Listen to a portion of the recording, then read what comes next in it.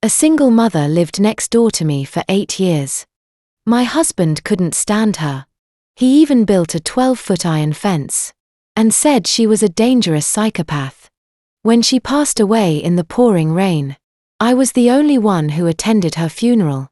Her lawyer handed me a highly confidential envelope, and I was completely shattered by what I read about the crimes of the husband I shared a bed with. I appreciate you taking the time to listen. Before we dive in, drop a comment. What are you doing right now while you listen? Driving, working, or just taking a quiet moment? I read every single comment. Just so you know, some elements in this story have been fictionalized to highlight the lesson. But what matters most is the message it carries. I stood alone at a funeral for a woman I'd been told to fear for 10 years. And when the lawyer handed me the envelope, I realized everything my husband had said was a lie. The rain came down in sheets at Cedar Hill Cemetery that Tuesday morning.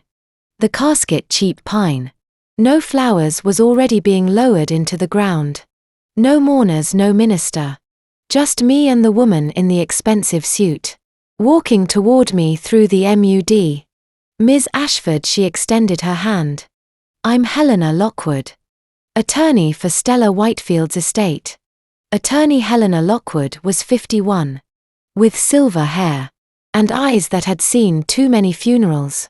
She'd prepared Stella's will 2 years ago, and now stood in the rain with an envelope Stella had entrusted to her. I shook her hand, confused. I don't understand. I didn't even know her. She left this for you. Helena pulled a manila envelope from her jacket. My name was handwritten across the front. Larissa Ashford. Asked me to deliver it personally after her passing. Stella Whitefield had been my neighbor for 8 years. The woman behind the 12-foot iron fence my husband, Corbin, built 3 months after she moved in. 35 years old, worked 2 jobs to raise her son alone. I'd seen her maybe 5 times total. Always through gaps in that fence. We never even spoke, I said. My husband told me to keep my distance. Something flickered in Helena's eyes. She said you'd understand once you read it. Don't wait too long. She walked away, leaving me with an envelope that suddenly felt like it weighed 100 pounds. The cemetery workers finished lowering the casket. No one said goodbye. Stella Whitefield, who'd worked 2 jobs for 8 years to raise Stella, her mute 8-year-old son alone behind that fence, went into the ground with no witnesses. Except the woman. Her neighbor's husband had warned away. I should have opened it in the car. Should have torn it open right there in the rain. But some part of me already knew. Once I read what was inside, my life would never be the same. At 30, I'd been married to Corbin Ashford for 10 years. We lived in a comfortable 2-story in Hartford. Me working from home as a freelance graphic designer. Him climbing the ladder as regional marketing director. Our life was built on honesty, he always said. That night I sat alone in our kitchen at 11:47 p.m. Doors locked, lights off except the single lamp. Corbin was in Boston on business. He traveled constantly. The envelope opened easily. Inside 9 handwritten pages. A stack of documents. And 1 small sealed envelope labeled DNA test results. My hands shook as I unfolded the first page. Dear Larissa, if you're reading this, I'm gone. I'm sorry you have to learn the truth like this. But there's no one else I can trust. 10 years ago I met your husband. We fell in love. I read that line 3 times. When I told him I was pregnant, everything changed. He vanished for 3 months. Wouldn't answer calls, blocked my number, disappeared. Then I saw the wedding announcement.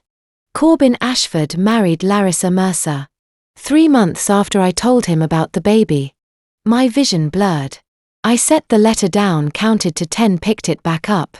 I gave birth alone. Named him Stellan.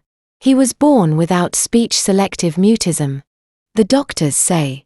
He communicates through crayon drawings and bracelets. He weaves from colored thread. 36 of them so far, one for every birthday. I'll never have 36. Stephen had been 35 when she died. When Stephen was 4 months old, Corbin showed up at my door. Not to apologize, not to meet his son. To tell me his wife. You could never know that he'd pay me to stay quiet. I told him to leave. 2 weeks later I heard construction sounds. Your husband was building a fence. 12 feet high. Iron bars so you'd never see his son's face. The kitchen went quiet. Rain whispered against the window. I'd asked Corbin about that fence once. He'd said it was for privacy protection. The neighbor had issues. I lived behind that fence for 8 years. Larissa watched you through the gaps. Wanted to tell you 1,000 times. But I had Stellan to protect. And your husband made it clear if I spoke, I'd lose everything. He had lawyers' money connections. I had a mute 8-year-old and 2 minimum wage jobs. But I'm dying now. Medication complications. The doctors say. Though I've been healthy until 6 months ago. Until I refused Corbin's latest check. Until I told him I was considering going public. I'm not paranoid. I'm a realist. And I'm leaving you this letter. Because you deserve to know who you're married to. The documents are in the envelope. The DNA test I paid for 2 years ago. When I started getting sick. Corbin's coffee cup from a cafe, Stellan's cheek swab. The results are clear. My hands stopped shaking. The kitchen went very quiet. The only sound was rain against the window. And the whisper of paper as I unfolded the DNA results. Clinical white paper, official letterhead. Numbers that didn't lie. Probability of paternity 9,999%. Stella Whitefield, 8 years old. Born without speech. Who communicated through crayon drawings. And hand-woven bracelets. Who I'd seen only through gaps in the fence. Corbin built was my husband's son. The mute child. Dangerous neighbor's boy. The reason for the 12-foot barrier. Not dangerous, just evidence. I stared at the numbers until they blurred. Corbin Ashford, 38. Who'd worked his way up through charm. And carefully constructed lies. Had a son he'd hidden from me for 8 years. A son he'd built a fence to erase. But that wasn't the end of Stellan's letter. I turned to page 2 and the words froze my blood. But that's not Corbin's only crime. Page 2 began with 3 words. That made 10 years of my marriage collapse. The fence was mine. I stared at Stellan's handwriting. Until the letters blurred. And reformed Anne. Blurred again. I read the sentence 4 times. Then I kept reading. Because stopping felt more dangerous than knowing. The fence wasn't to protect you, Larissa. It was to hide my son's face. Stephen looks exactly like his father. Same eyes, same jawline. Same left eyebrow that lifts when he's confused. Anyone who saw him would know immediately. So Corbin built a barrier. 12 feet of iron, and he used your money to do it. My stomach dropped. The way it does in an elevator that falls too fast. That hollow, sickening plunge. Where your body understands something. Before your mind catches up. September 2017. You sign the permit yourself. Account number 44778832. Your father's inheritance. The one he left you when he died. That spring Corbin told you I was dangerous. That I'd been harassing him, making threats. It was a lie. I'd never spoken to you. Never approached your house. The entire story was fabricated. So you'd approve the construction. I remembered that day. The memory came back. With the particular sharpness of things. We wish we could forget. It was early autumn. Corbin had come home from work looking shaken. Pale in a way I had never seen before. His composure fractured just enough to seem genuine. He said. The woman next door had been following him for months. Said she had shown up at his office. Just standing in the lobby staring at him. When security asked her to leave, she ran. He had shown me something. A piece of paper. with what looked like angry scrawled handwriting. I had looked at it for maybe 4 seconds. I hadn't questioned where it came from, or why the handwriting looks so unfamiliar. I had believed him because I had always believed him. That was what our marriage was built on. Or what I thought it was built on. I had signed the permit at the kitchen table. $18,000 from my father's account. For our safety, Corbin had said. And the words had landed so gently, so reasonably, that I had picked up the pen without hesitation. The receipt is in the envelope. Look at it, account 4477-8832. Your signature, your money you paid to imprison us. Oh, with shaking hands, I pulled the documents from the envelope and spread them across the table. Bank receipt, September 2017. My signature at the bottom. My father's inheritance account. The money he had saved his entire working life. The money he told me was for building something real. Something that mattered. $15,000 transferred to Ashford Construction LLC. I had paid for it. Every bar, every bolt. Every inch of metal that kept Stella, my husband's son, pressed against the boundary of his own existence. Invisible to the world. On the other side of a wall I had funded. I helped him, I whispered to the empty kitchen. I signed the paper. I locked them in. The guilt hit first, crushing and complete. The kind that doesn't ask for context. That simply arrives and sits on your chest. Until you can't breathe.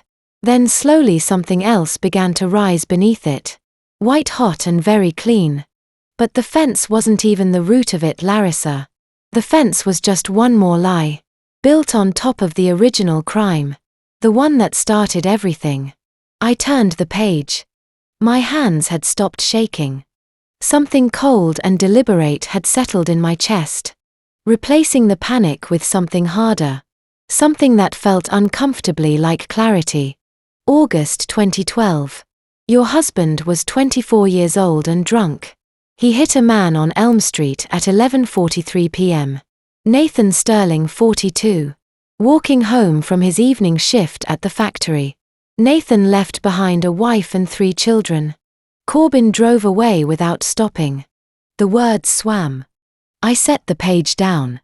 Pressed both palms flat against the table, breathed. Then I read it again. He told me about it 3 months later. After we'd started dating. Confessed one night when he was drunk again, crying. Saying it was an accident, that he'd panicked. I didn't know what to do. I was pregnant, scared, alone. He begged me not to tell anyone. Said he'd make it right someday. Said he loved me. Then he vanished. But before he disappeared, he took care of the evidence. The next morning, August 2012 at 6:15 a.m. He withdrew $8,000 from your account. Here's the receipt. Account 44778832. Your signature. Or something close enough that no one would question it. My vision tunneled to a single point. I fumbled through the documents. With fingers that had gone numb. And found it near the bottom of the stack. Bank withdrawal slip. August 16, 2012. $8,000 cash. The account number matched perfectly. My inheritance account. The one my father had opened for me. On my 18th birthday. The one he said was for emergencies, for futures. For the kind of life he hadn't been able to build for himself. The signature looked like mine almost exactly. The capital L in Larissa slanted at the wrong angle. The loop in the A was just slightly too wide. Small imperfections. That anyone glancing casually would never catch. Imperfections that only I would recognize. Because I had signed my own name 10,000 times. And I knew exactly how my hand moved. Forged, I breathed. The word fell into the empty kitchen and just sat there. He used that money to pay Wesley Sutton, 41, who ran an underground auto shop in Hartford's industrial district. Wesley destroyed the car that same day, crushed it, melted it, erased every trace of the damage. I know because Wesley told me years later. Drunk at a bar. bragging about the job he'd done. For some rich kid who'd hit a guy and needed it to disappear. How many times had I looked at that fence and felt safe? How many mornings had I carried coffee to the kitchen window and looked at those iron bars and thought, we made the right call?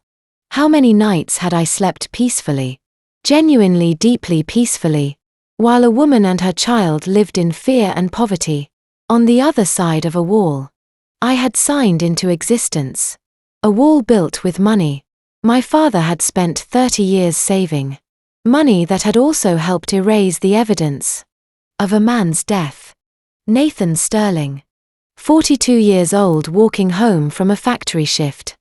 Because that was what he did. That was how he lived. That was what he left his family every evening to do. 3 children, who woke up the next morning without a father. A wife who had to keep going anyway, because children don't stop needing things, just because the world falls apart. The kitchen clock read 1:47 a.m. The house was silent except for rain against glass. The sound of my own breathing, which had gone too fast and too shallow. Without me noticing, I kept reading. I didn't tell the police back then, Larissa. I was pregnant, terrified. And Corbin had already proven he could make anyone who threatened him simply disappear from his life without consequence. But I kept records, dates, receipts. Wesley's bar confession, recorded on my phone from across the table, while he bragged and drank. The original newspaper article about Nathan Sterling's unsolved hit and run. The family still waiting for answers. Still listed in the crime database under open cases. Still hoping I kept it all. And when Stellan turned 6 and started drawing pictures of things he had seen, things he couldn't describe in words, because words had never come easily to him, I understood something new. I understood that Corbin was capable of worse than abandonment, worse than silence, worse than lies. So I gathered more evidence quietly, carefully for 2 years. Everything is in this envelope. Copies of everything. The originals are with my lawyer. In a safety deposit box. With one instruction. If I die unexpectedly, open immediately. Because 6 months ago, when I told your husband, I was done accepting his money, in exchange for my silence. When I said I was considering telling you the truth, everything changed. The payment stopped and I started getting sick. My hands went numb. The receipt slipped from my fingers and floated down to the kitchen table with a softness that felt obscene, given what it represented. A piece of paper, a forged signature, $8,000 in cash, paid to a man who crushed evidence of a killing and called it a job well done. A crime scene. I was sitting in the middle of a crime scene that had been assembled around me over 12 years, piece by piece, and I had never once seen it. The doctors say medication, but I have been healthy my entire life, Larissa. I never had problems with any prescription until Corbin started arranging to have them delivered to my house through a pharmacy service he set up. Free of charge, he said. For Stella's sake. He said as though he had ever done a single thing. For Stella's sake. I cannot prove it. Not yet, but I'm not stupid and I'm not paranoid. I am just a woman who knows too much about a man who has already killed once to protect himself, and who has now been given a very good reason to do it again. The letter continued, but I could not read any more. Not yet. My body had reached some kind of limit. Some point where information stops being processed and becomes instead a physical weight. I pushed back from the table, stood up on legs that shook, and walked to the kitchen window outside. The iron fence cut through our shared yard. Like a scar. 12 feet of metal that I had paid for, approved. Thanked him for, pointed at when friends visited, and said we finally got some privacy. I had felt grateful for it. I had told my sister it made me feel safer. I had stood at this same window 100 times and looked at those bars and felt nothing except mild domestic satisfaction. In the darkness I could see the shape of it clearly. Solid, permanent. Not protection. A prison built with my money, built with my signature, built with my trust, which had been the cheapest thing of all to steal. I looked down at page 3 still unread on the table. In the low lamplight, one sentence was visible at the very top of the page, written in the same careful hand as everything that had come before, the hand of a woman who had known she was dying and had chosen to spend her remaining strength on the truth. But the fence wasn't the worst thing he did. I sat back down. I picked up the page. Outside the rain kept falling against the window, patient and indifferent the way rain always is. The clock on the wall ticked forward into the small hours of a morning that had already changed everything, still ticking toward whatever came next. I read on. I remember the day I signed the permit, September 2017. Standing in our yard with a pen in my hand and Corbin's lies in my ear. The memory pulled me back 7 years. Sharp and unwanted. It was early autumn. I'd been married to Corbin for 3 years. Still believing marriage meant partnership. Truth, safety. The yard was green and open back then, stretching between our house and the neighbors, with nothing but grass and possibility. Corbin had come home from work looking shaken, pale. Said the woman next door had been following him for months. She showed up at my office yesterday. He'd told me, pacing the kitchen, just standing in the lobby staring. When security asked what she wanted, she ran. That's terrifying. I'd said, believing him. Have you called the police? They can't do anything until she makes a direct threat. But I can't live like this, Larissa, we can't. I need you to trust me on this. A fence is the only way to keep us safe. The construction workers had arrived 2 days later. I'd stood in the yard that September morning, watching them dig post holes. And Corbin had handed me the permit. 12 feet seems extreme, I'd said, staring at the plans. Are you sure she's that dangerous? His face had crumpled, actual tears. She's unstable, obsessed. Please, I need you to sign this for us. So I'd signed my name. My father's inheritance money. My approval to build a prison. The workers had sunk the first post into concrete. That afternoon, I'd watched from the kitchen window, coffee in hand, feeling safe, protected. The metal bars went up one by one, cutting the yard in half. Then I'd heard it, a baby's cry from the other side. Sharp, desperate. The kind of sound that makes every human instinct scream respond. I'd moved toward the fence, toward the crying. But Corbin had appeared beside me instantly, his hand on my arm tight. Don't, he'd said. The baby kept crying. Corbin, there's a child. Don't engage, that's what she wants. His grip tightened. Come inside now. I'd obeyed, walked away from the crying. Let the kitchen door close behind me. And the sound fade. That baby had been Stellan, 1-year-old, my husband's son. And I'd walked away. The memory dissolved. I was back in my kitchen at 2:40. In the morning, holding a letter from a dead woman. And I couldn't breathe. I forced my eyes back to page 3. To the paragraph I'd been too shaken to read. The worst thing wasn't the fence, Larissa. It was what the fence represented. It was that you believed him. That I had to watch you stand in your yard, signing the permit, approving the cage, thinking you were the victim. But I need you to understand something. I wasn't stalking your husband. I found the house listing in July 2016 when I saw the address was next door to his. I used every dollar I'd saved for the down payment. Not to stalk him, Larissa. To give my son a father. Even one who would never claim him. I wanted Stephen to grow up breathing the same air. To hear Corbin's voice through the fence. To see his shadow in the driveway. To know his father existed. Even if he'd never say the word dad. I knew Corbin would never acknowledge him.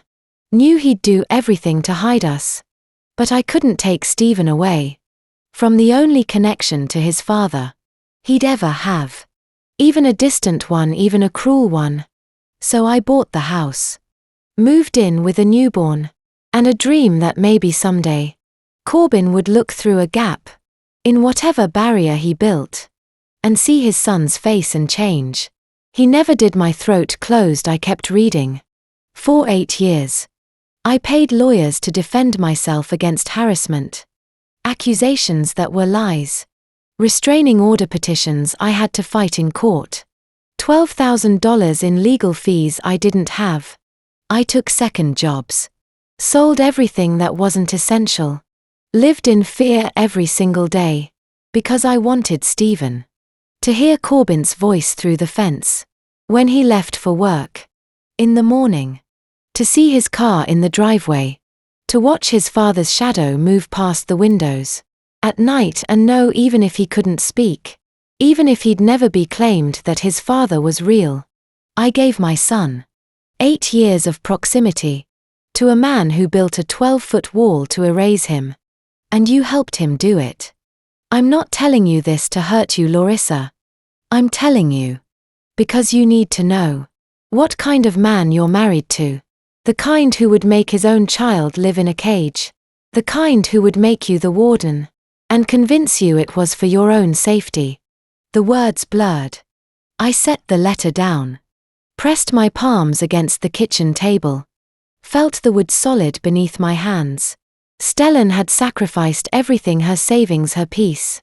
8 years of fear and legal battles and second jobs in isolation. All. So her mute son could exist within earshot of a father who refused to acknowledge him. And I'd helped Corbin cage her. She sacrificed everything. I whispered to the empty kitchen. And I helped him cage her.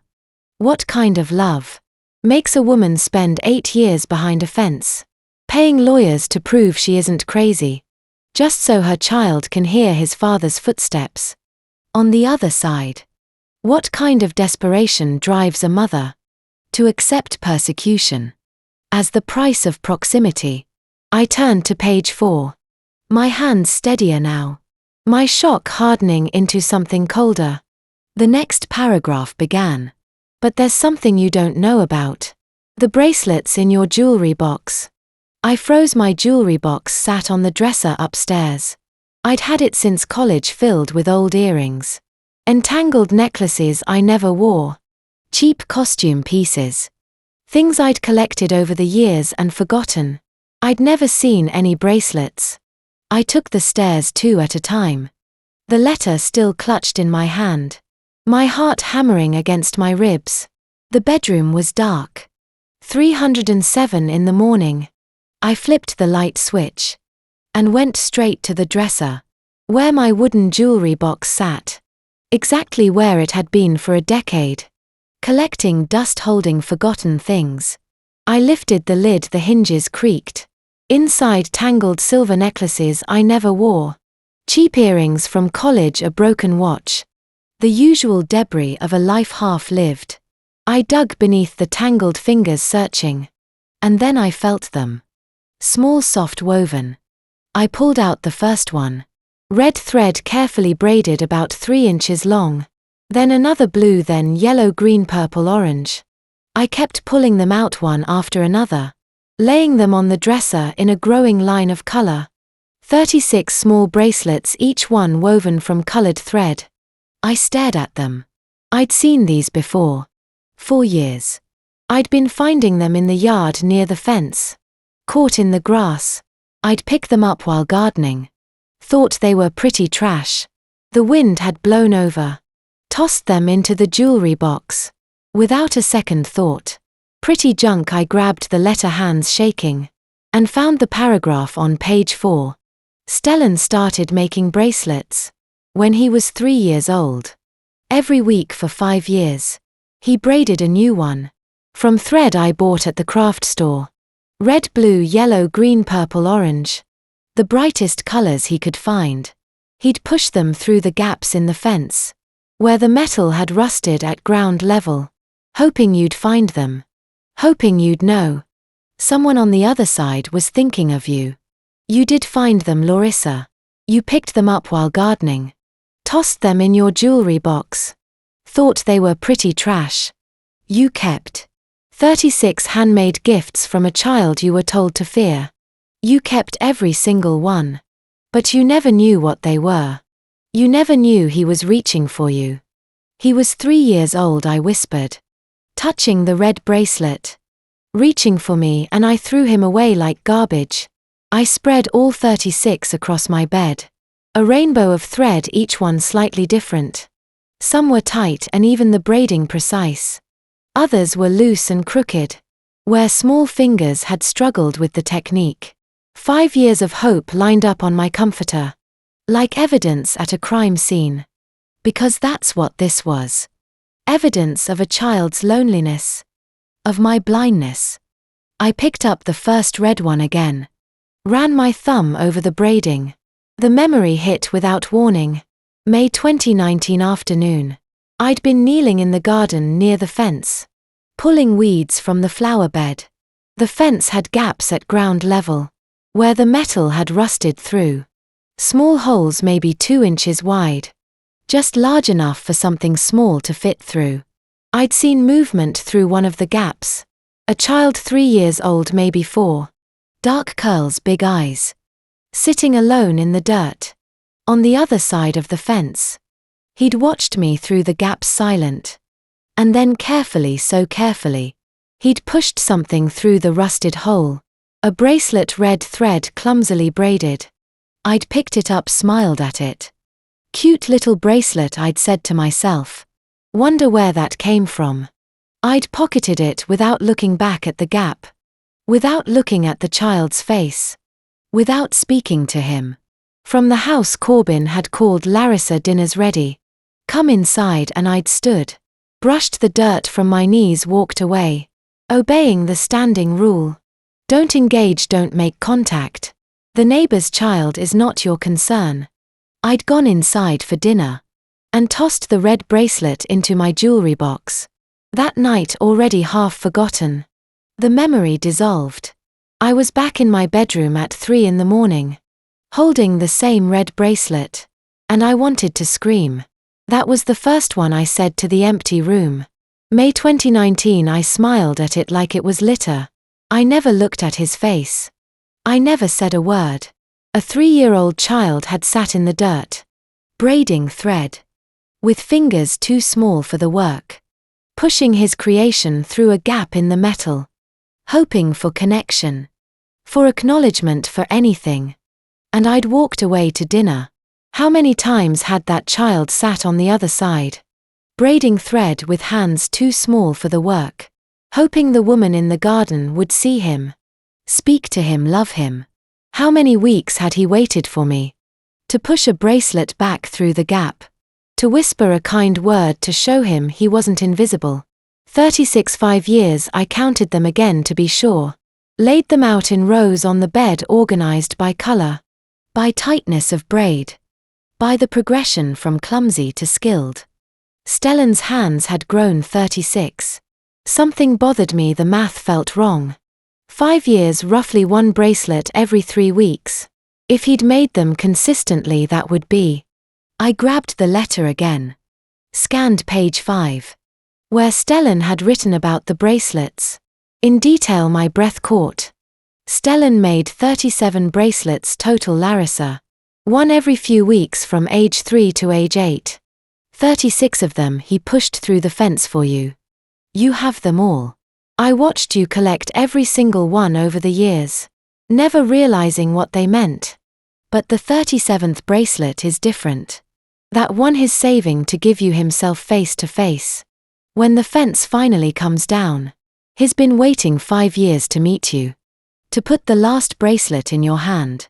And see if you'll finally look at him. Finally see him. I'm writing this letter. Because I won't be here when that happens. But I need you to know when you meet my son. When he offers you that 37th bracelet. Please don't turn away. He's waited his whole life for you to say one kind word. I sank onto the bed surrounded by 36 tiny bracelets. and the weight of what I'd done crushed the air from my lungs. Somewhere an 8-year-old boy who couldn't speak was holding the 37th bracelet, waiting, still hoping, and his mother was dead. Page 6 of the letter began 4 weeks ago. I tried to warn you in person. And suddenly I was back in the supermarket dairy aisle. Fluorescent lights buzzing overhead. Stella's desperate face inches from mine. Late February, Hartford suburban supermarket. I'd been reaching for yogurt when someone grabbed my arm. I'd spun around, startled. Stella thinner than I'd expected. Dark circles under her eyes. Hair pulled back in a messy ponytail. She'd looked exhausted and terrified. And desperate all at once. Please, she'd whispered, her grip tight on my arm. Someone is going to kill me and my son. You need to know the truth about Corbin before they. Panic had flooded my chest. This was the dangerous neighbor. The unstable woman. The one Corbin had warned me about for 8 years. Let go of me, I'd said, pulling back. I don't know what you want. But my husband warned me about you. Please just leave us alone. Her face had crumpled. Larissa, please, I have proof, everything he's done. The hit and run in 2012, the money he stole from you. The fence, you're not well. I'd interrupted, backing toward the checkout. You need help, but not from me. I'd left my cart where it stood. And walked out of the store. Hands shaking so badly I could barely unlock my car. Driven home 15 miles an hour over the speed limit. Locked the doors the moment I was inside. Corbin had come home from work 2 hours later. And I'd told him everything. He'd listened quietly, then nodded. See, he'd said, his voice so calm, so reasonable. I told you she wasn't normal. She's been obsessed for years now. She's escalating. Making up stories, trying to turn you against me. She seems so desperate, I'd said. That's how delusion works, honey. She believes her own lies. He'd taken my hand, squeezed it gently. Next time she approaches you, call the police immediately. This is harassment. Promise me, I promise. 2 weeks later, Stella was dead. Car accident, the news report said, brake failure. Vehicle left the road at high speed. Single car collision, no survivors. I'd seen the notice in the Hartford Courant. And felt a strange mix of relief and guilt. Relief that the unstable neighbor was gone. Guilt for feeling relieved. Corbin had held me that night, while I cried for a woman I'd never known. It's not your fault, he'd whispered. You tried to help by walking away. Sometimes the kindness thing is to let troubled people face their own consequences. And I'd believed him one final time. The memory dissolved. I was back in my kitchen. Dawn creeping through the windows. 9 pages of a dead woman's letter. Spread across the table. And I understood I'd helped him kill her. Not with my hands, but with my silence, my trust. My willful blindness. She'd reached for me in that supermarket dairy aisle. And I'd chosen my husband's lie over her truth. 2 weeks later she was dead. I grabbed page 9 with shaking hands. The final page, Stephen's last words. If you're reading this, I'm gone. My accident wasn't an accident. The words hit like a fist to the chest. 3 days before I died, I came home to find someone near my car. In the driveway. It was dark, I couldn't make out who. They ran when my headlights hit them. The next morning I took my car to a mechanic I trusted. He found nothing wrong, but I knew I felt it. 2 days later my brakes failed on the highway. They'll say it was mechanical failure. Age of the vehicle, poor maintenance, but I know better. The brakes were disabled. Before I left the house that morning. Larissa. Someone wanted me dead before you could hear the truth. Don't trust anyone in that house, not anyone. My eyes lifted from the page. The kitchen counter was 3 feet away. Grey dawn light filtered through the window, illuminating the small, amber prescription bottle. Sitting exactly where I'd left it last night. Larissa Ashford heart medication. Take 1 daily. My heart medication. I'd been taking it every night for 3 months. Since December. Prescribed by our family doctor, filled at the pharmacy. Corbin always went to. One pill every night at 10 o'clock. Corbin always brought me water. I picked up the letter again. My hands numb, and read the final paragraph. Protect my son. He's all I have. He's staying with emergency foster care now. Because I have no family. No one to take him if something happens to me. But he deserves better than the system. He deserves someone who will see him. Speak to him, love him. And remember, Larissa. Some medicines only harm you when someone wants them to. The prescription bottle sat on the counter. Amber plastic, white label. 30 pills inside, 17 already gone. I'd been taking them every night since December. Since I'd started having the chest pains. Since Corbin had insisted I see our family doctor. Since the doctor had written the prescription. And Corbin had picked it up from the pharmacy himself. Brought it home. Handed it to me with concern in his eyes. You have to take these, honey, he'd said. Heart disease runs in your family. Your father died at 52. We can't take risks. And every night since then. He'd brought me water at exactly 10 o'clock. Watched me swallow the pill. Kissed my forehead, told me he loved me. Some medicines only harm you when someone wants them to. Stella's brakes had been disabled. 2 days later she was dead. I'd been taking medication. Corbin controlled for 3 months. The letter's final line burned in my mind. Don't trust anyone in that house. My hand stopped in midair. Frozen. Halfway between the final page of Stellan's letter and the amber prescription bottle on the counter. Outside, dawn broke over Hartford, turning the sky from black to grey. I was alone in the house, with medicine I'd been taking every night, and a husband who'd already killed once. At 7:32 Wednesday morning, I called my husband and told him to come home immediately, and when he walked through the door 20 minutes later, I had every piece of Stephen's evidence spread across the living room floor. The 9-page letter. The DNA test results. The bank receipts. The newspaper clipping about Nathan Sterling's unsolved hit and run. The fence construction permit with my signature.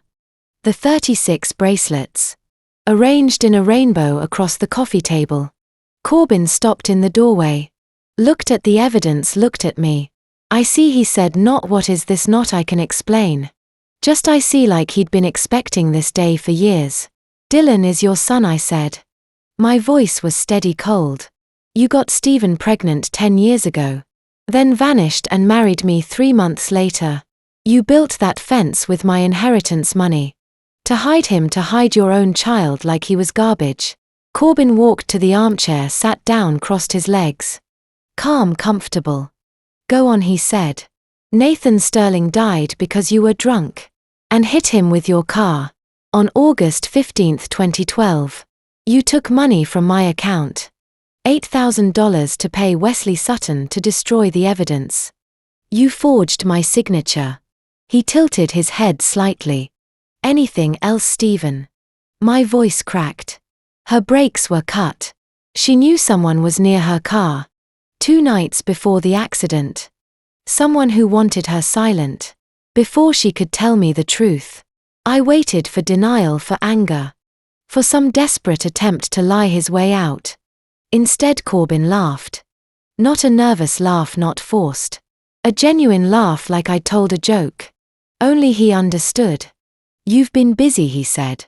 Reading dead women's letters, connecting dots. Very thorough. I'm actually impressed. You're not going to deny it. Why would I? He leaned back in the chair. Nathan Sterling was an accident. I was young, drunk, stupid. Panicked and ran. Yes, I used your inheritance to pay Wesley. Yes, I married you because you had money and stability. And you asked no questions. Yes, I built the fence to keep Stella out of sight. He said it like he was listing groceries. No shame, no guilt. I waited for something human to surface. Some flicker of the man I'd married 10 years ago. Instead, he smiled. actually smiled. And Stephen, I whispered. Stephen was a problem that solved itself, he said. Whether her brakes failed naturally or with help. Does it really matter? She's gone, the problem is gone. My blood turned to ice. You're a monster. I'm a pragmatist. He stood up, walked to the coffee table. Picked up one of the bank receipts. But let's talk about what really matters here, Larissa. This account that paid Wesley Sutton. Account 44778832. He held up the withdrawal slip. My signature at the bottom. Your inheritance account, he said. Your name, your signature. Or close enough that no court would question it. $8,000 withdrawn in cash. Paid to a mechanic who destroyed. Evidence of a fatal hit and run. I stared at him. You go to the police with this. He continued, voice perfectly calm. And they see your account funded the cover-up. Your signature authorized the withdrawal. Under the law. That makes you an accessory after the fact.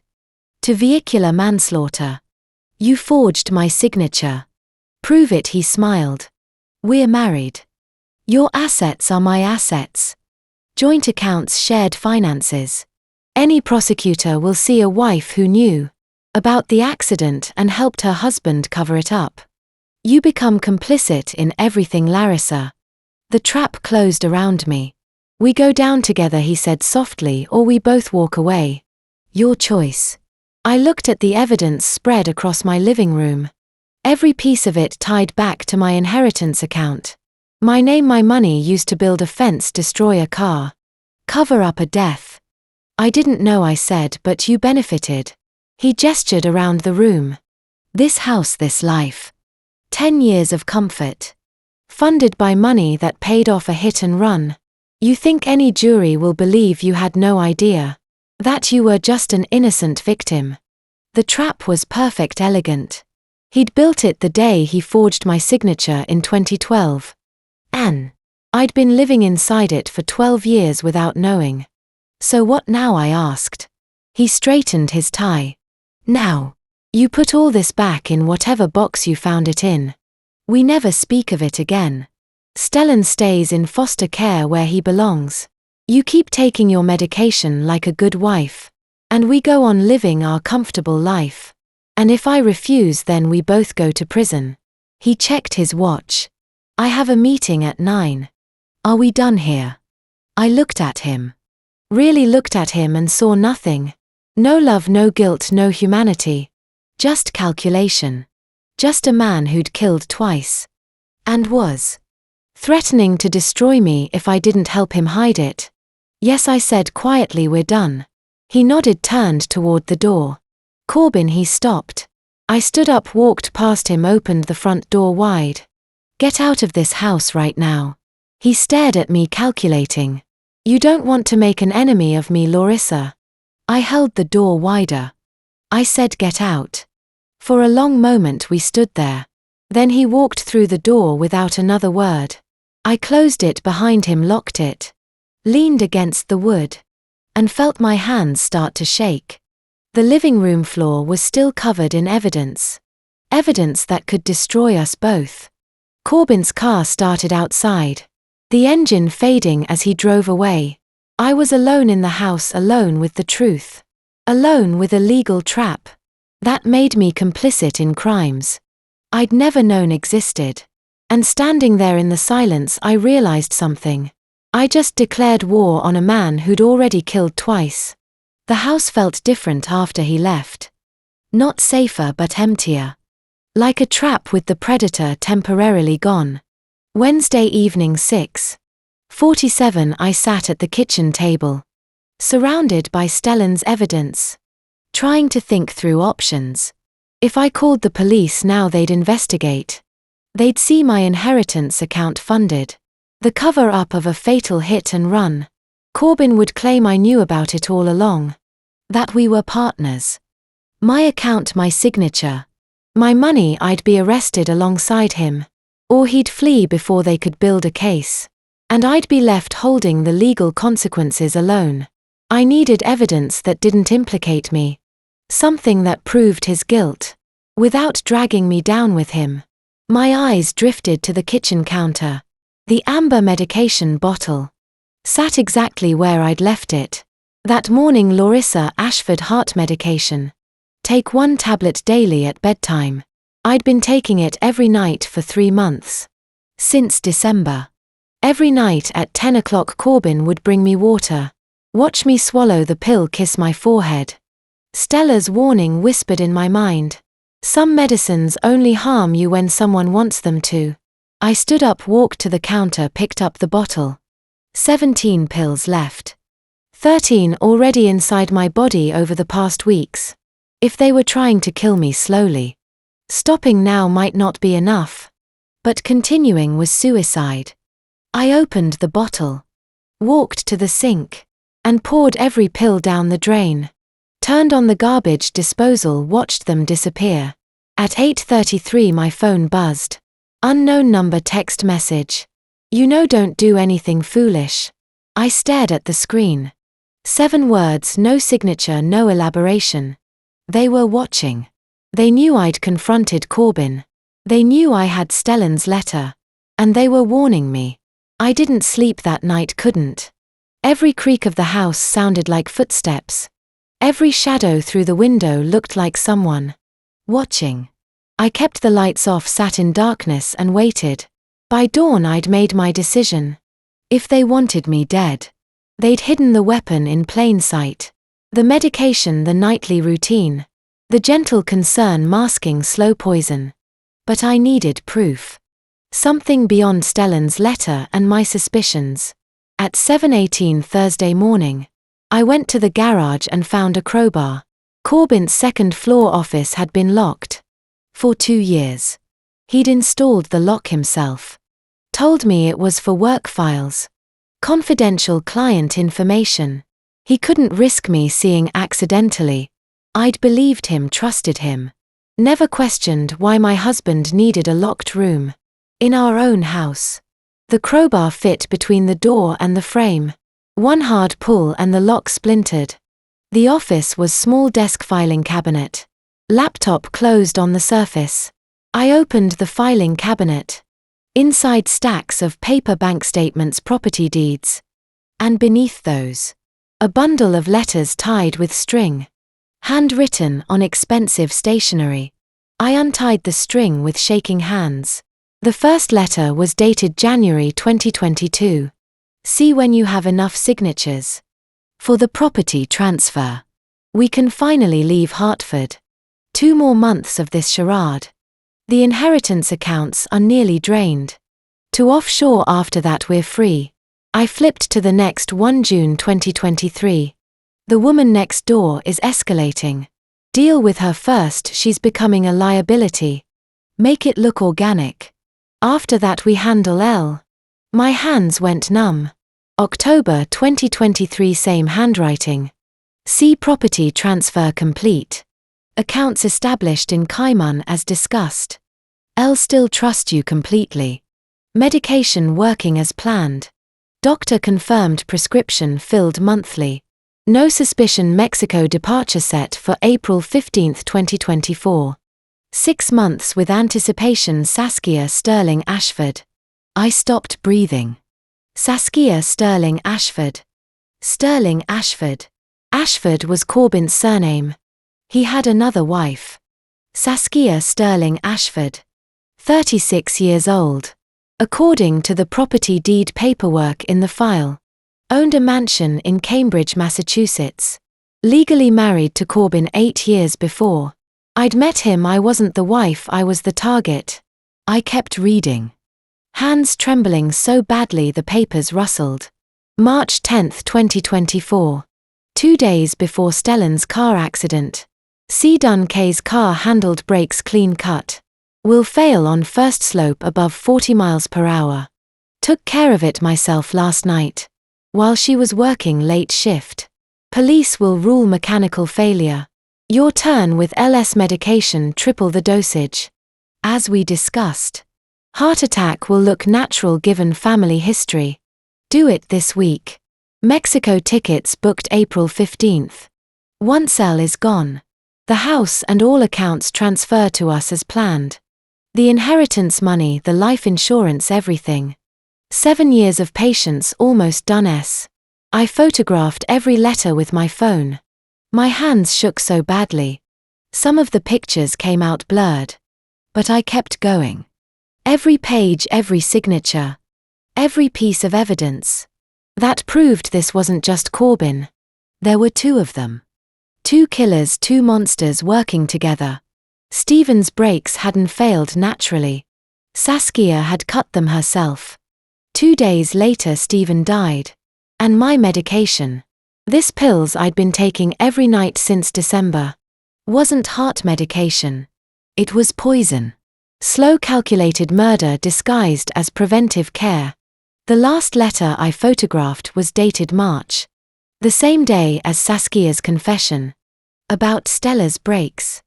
In her handwriting done. Kay's brakes handled. We'll fail on first slope. Your turn. With Elle's medication triple the dosage as we discussed. Mexico tickets booked April 15th. Once Elle is gone the house and accounts are ours. I lowered my phone, hands trembling. They'd planned to kill me all along. The medication, the inheritance, the marriage itself. Everything was a setup to eliminate me. And take my father's money. I was 3 miles from the Connecticut DCF office when my chest locked up. And the roads started to blur. Thursday morning 8:42. I'd left the house 15 minutes earlier with my phone in the passenger seat. Every letter photographed. Every piece of evidence. Saskia had left in Corbin's locked office. Preserved digitally. I was going to report everything, Stalin's murder. The poisoning, Stalin's abandonment, all of it. Then the pain hit. It started in my sternum. A tightness that spread outward. Like someone was wrapping steel bands around my ribs. My left arm went numb. Vision doubled, then blurred. The road ahead split into 2 wavering grey ribbons. I yanked the wheel right, trying to reach the shoulder. But my hands shook so violently I could barely hold on. Not now, I gasped. Please, not now, I'm 3 miles away, 3 miles. The chest pain squeezed tighter. I couldn't breathe. Couldn't see, my foot slipped off the gas pedal. For 3 seconds I lost consciousness completely. The car drifted. When my eyes opened again, I was heading straight for the guardrail. At 35 miles an hour. I didn't have time to scream. Metal crunched, the airbag exploded into my face. The world went white, then silent. Somewhere distant a voice. Jesus, hold on, I'm calling 911. One car hit the guardrail. Woman unconscious inside. Yes, airbag deployed. Sirens getting closer, getting louder. I tried to reach for my phone. The evidence, Stalin can't let them. Then everything went dark. White ceiling tiles beeping. The antiseptic smell of hospital air. I blinked at fluorescent lights. Tried to remember where the road had gone. Why I'd stopped driving. Whether I'd reached Stellan in time. You're awake, a woman's voice, calm, professional. Try not to move. You haven't 4 in your left arm. I turned my head slowly. A doctor stood beside the bed, mid-40s. Dark hair pulled back. ID badge that read. Dr. Margaret Brennan, Emergency Toxicology. She'd worked at Hartford Hospital for 18 years. And recognized deliberate poisoning when she saw it. What time is it? My voice came out cracked. 10:47 Thursday morning. You've been here about 90 minutes. You crashed your car on Route 44. Guardrail impact, airbag deployment. Minor contusions, but that's not what concerned us. She pulled up a chair, sat down. Looked at me with the kind of direct eye contact. That meant bad news. Your blood work shows dangerously elevated levels of cardiac glycosides. She said 5.5 times the therapeutic dose. This didn't happen from one pill, Mrs. Ashford. This is 3 months of cumulative poisoning. I tried to sit up. She put a gentle hand on my shoulder. I stopped taking them, I whispered. Last night, just one night, how am I still? The half-life is 36 hours. It accumulates in your system over time. One night saved you, but you've been poisoned for months. Another week at this dosage. You'd have had a massive stroke. The beeping monitor beside me seemed louder suddenly. Each beep. A reminder that I was still alive when I shouldn't be. We pulled the pills from your purse. Dr. Brennan continued. The ones in the amber bottle. Had them analyzed in our lab. She held up a plastic evidence bag. Inside 3 white tablets. These are double-strength cardiac medication. Disguised as normal dose. Someone switched your prescription. Someone who wanted you to think you were taking 1 milligram, when you were actually taking 22 milligrams every single night. My throat closed. Who had access to your medication, she asked. My husband, she nodded slowly. We contacted building security at your residence. As part of the investigation. Your home has hallway cameras. Standard in newer Hartford construction. They reviewed footage from the past week. She pulled out a tablet, pulled up a video file. Turned the screen toward me. Timestamp Monday, March 11th, 9:15 p.m. The hallway outside our bedroom bathroom. Corbin walked into frame. Glanced back toward the stairs. Then entered the bathroom. The door closed behind him. 4 minutes passed on the timestamp. The door opened. Corbin emerged, walked back down the hallway. Disappeared from frame. Monday night, I whispered. 9:15 p.m. 4 minutes in my bathroom. I'd been downstairs watching television. Hadn't heard him go up. He'd walked past me an hour later. Kissed my forehead, said goodnight. Direct video evidence of tampering. Dr. Brennan said quietly. Time-stamped, recorded, irrefutable. She set the tablet aside. Mrs. Ashford, this isn't a medical emergency anymore. This is attempted murder. I've already contacted Hartford police. They'll want a statement when you're ready. I closed my eyes. 3 months of poison. 3 months of Corbin bringing me water at 10 o'clock. Every night watching me swallow the pills. Telling me he loved me. 3 months of Saskia's plan. Working exactly as designed. Until I'd poured the pills down the drain. Wednesday night. One night, one decision that saved my life.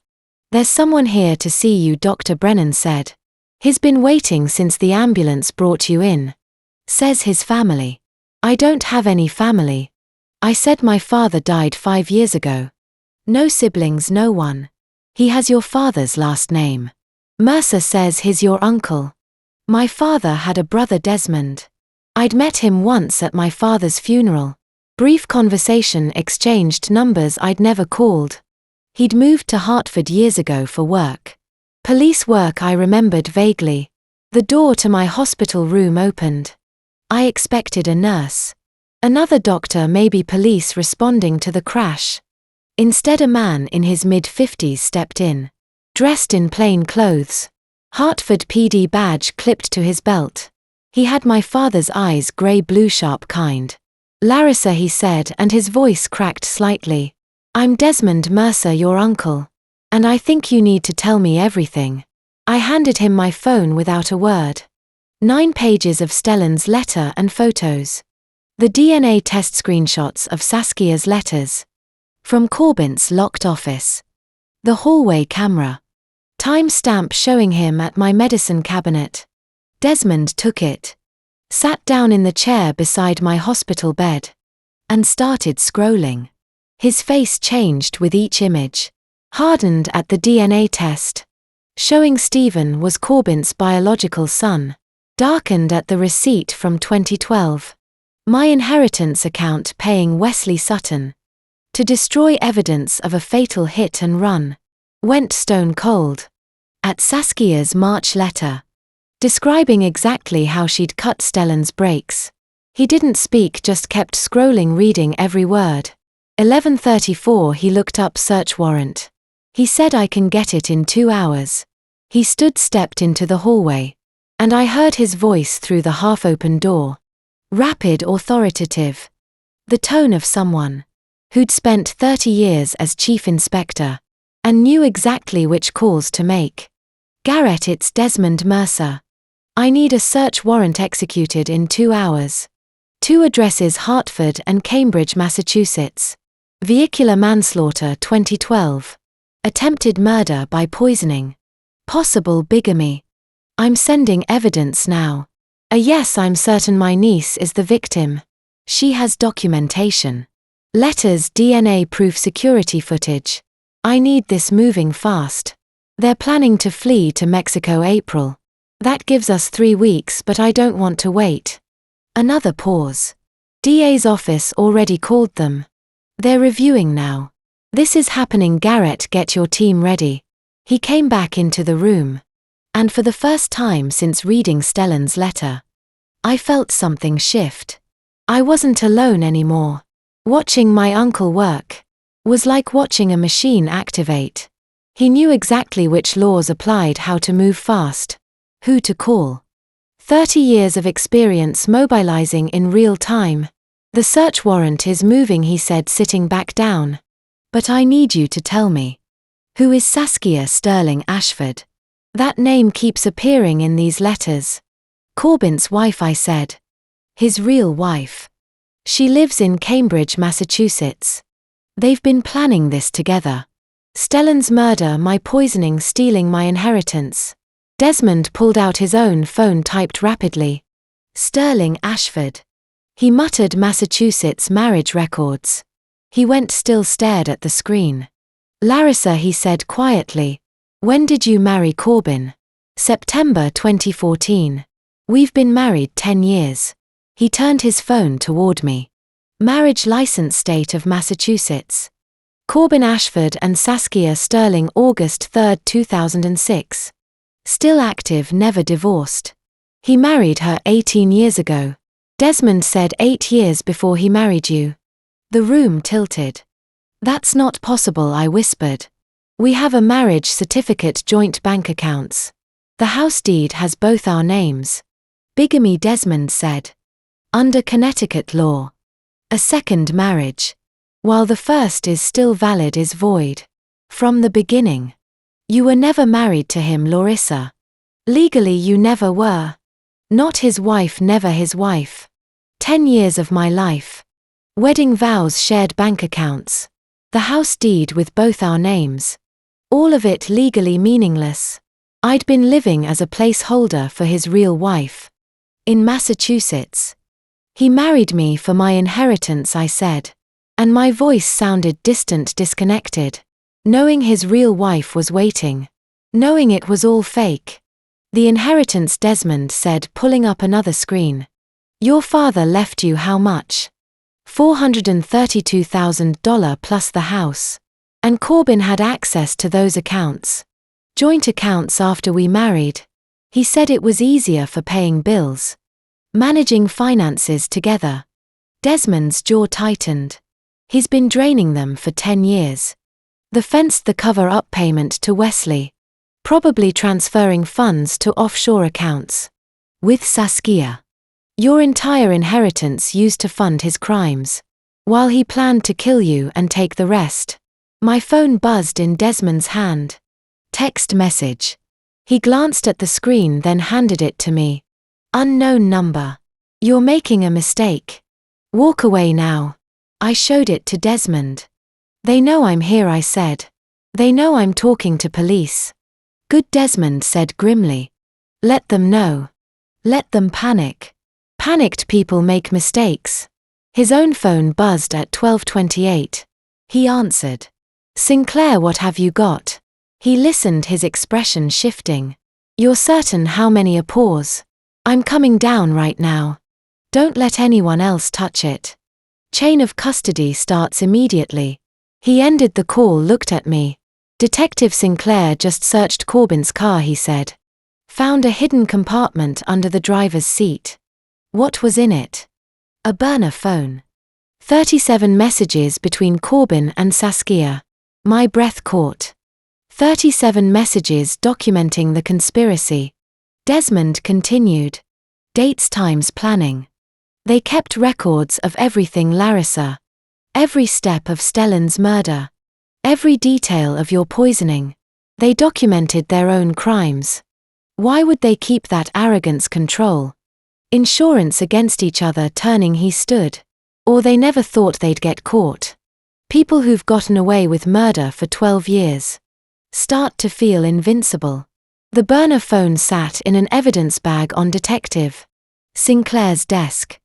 Its plastic casing catching the harsh fluorescent lights of the interrogation wing. Thursday afternoon 2:17 and the trap was finally spinning backward. Desmond had brought me from the hospital straight to Hartford Police Headquarters. Now I sat across from Detective Garrett Sinclair, mid-40s, methodical. The kind of cop who'd built cases that didn't fall apart in court. I'll be back in an hour with everything we need to destroy them both. The burner phone sat in an evidence bag on Detective Sinclair's desk, and scrolling through the messages felt like reading a murder manual, written in real time. Thursday afternoon 2:17. Desmond had brought me from the hospital to Hartford Police Headquarters. In a wheelchair I didn't need, but hospital policy required. Now I sat across from Detective Garrett Sinclair, mid-40s, methodical. The kind of cop who'd built cases that didn't fall apart in court. He held up the evidence bag. Cheap prepaid phone. The kind you buy with cash at a gas station and throw away when you're done. 37 messages, Sinclair said. All between your husband and Saskia Sterling Ashford. February through March 2024. He pulled up the phone records on his computer screen. Turned the monitor toward me. The first message that mattered was dated March 12, 5:43 p.m. 6 hours after Stella Whitefield's car went off the road. Corbin done yet Saskia clean. Wesley handled brake line last night. No witnesses. Car went off Route 44 this morning exactly as planned. I stared at the words. 6 hours after Stella died. My husband was texting his accomplice, asking for confirmation. Keep reading, Sinclair said quietly. March 10, 22 p.m. Saskia next target ready. Confirmed she takes pills. 10 p.m. nightly triple dose prepared. Pharmacy pickup tomorrow under your name, Corbin. Good. How long until effect? Saskia 2 to 3 weeks accumulation. Then stroke natural causes. Insurance pays out accounts transfer Mexico. April. My hands went numb. That's you, Desmond said from behind me. March. They're discussing your murder timeline method payout. I kept scrolling. More messages. February arranging Wesley Sutton's payment. $4,000 up front. $4,000 after completion. March discussing whether to stage Stellan's death as mechanical failure or driver error. March 11th at 9:47 p.m. 1 hour before Saskia cut the brake lines. Corbin texting, make it clean. No forensic traces. I set the phone down carefully like it might explode. 37 text messages. They'd planned 2 murders via text message. The way other couples planned dinner reservations. Casual, efficient, documented. Why would they keep this, I asked. Why document everything? Insurance, Sinclair said. If one turns on the other, they both have proof of conspiracy. Mutually assured destruction. Or arrogant. People who get away with murder for 12 years start to feel invincible. Did you find Corbin, I asked. Not yet, he hasn't returned to the Hartford house. Or his Cambridge address. But we will. Desmond's phone buzzed. He stepped into the hallway, came back 2 minutes later. Vermont State Police just arrested Wesley Sutton. He said, fleeing north on I-91. Toward the Canadian border. Duffel bag with $15,000 in cash. Sinclair stood immediately. Bring him here. I want him in interrogation within the hour. 6:20 p.m. Wesley Sutton arrived at Hartford Police Headquarters in handcuffs, flanked by 2 Vermont State troopers. through the one-way glass of the observation room. I watched them bring him into interrogation. Room 241-years-old Grease under his fingernails scared. Sinclair sat across from him. Desmond standing against the wall. Wesley Sutton. Sinclair began. You're being charged with conspiracy to commit murder. Destruction of evidence in a 2012. Vehicular manslaughter. And accessory after the fact. You're looking at 25 years minimum. But if you cooperate, I'll tell you everything. Wesley interrupted. His voice shook. I want a deal. I want it in writing. I talk, I get reduced sentence. Start talking, Sinclair said. February, what happened? Wesley took a breath. Woman came to my shop. Expensive clothes, nice car, black Lexus. But she wasn't driving. Man was driving, he stayed in the car the whole time. White guy, late 30s, expensive watch. She came inside, asked about brake work, not repair. Sabotage, did she use that word? Sinclair asked. No. She said she needed brake lines cut on a silver Honda. Make it look like mechanical failure. Offered $8,000 cash, 4 up front, 4 after. Sinclair pulled up a photo on his tablet. This the woman? Wesley looked, nodded. That's her, Saskia. Another photo. And the man in the car.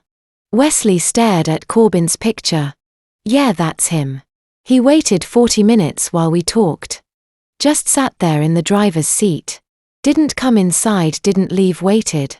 He drove her there, sat in the car, waited. I watched through the glass as Sinclair leaned forward. March, what happened then? She came back. Different car this time, silver Honda. Asked me to keep the shop open late. Showed up at 11 p.m. Drove the car into my bay herself. And she cut the brake lines herself. Didn't ask me to do it. Did it herself while I watched. Knew exactly what she was doing, professional clean cuts. Paid me the other $4,000 cash. Said the car belonged to someone who'd been causing problems. Wesley's voice dropped. 2 days later I saw the news. Car crash, silver Honda, woman dead, Route 44. I knew what I'd help do. Why didn't you come forward? Sinclair asked. Because I took $8,000 to help murder someone. I'm guilty too. So, I kept my mouth shut and hoped nobody would connect it.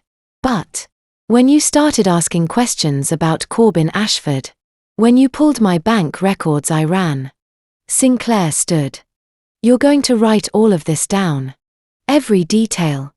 Dates, times, descriptions, and you're going to testify. I'll testify to everything. Just give me the deal in writing. 7:15 p.m. Sinclair came into the observation room, where Desmond and I had been watching. We have him, Sinclair said. Wesley's testimony puts Corbin at the scene, arranging the murder. The burner phone proves premeditation and coordination. The hallway camera shows medication tampering.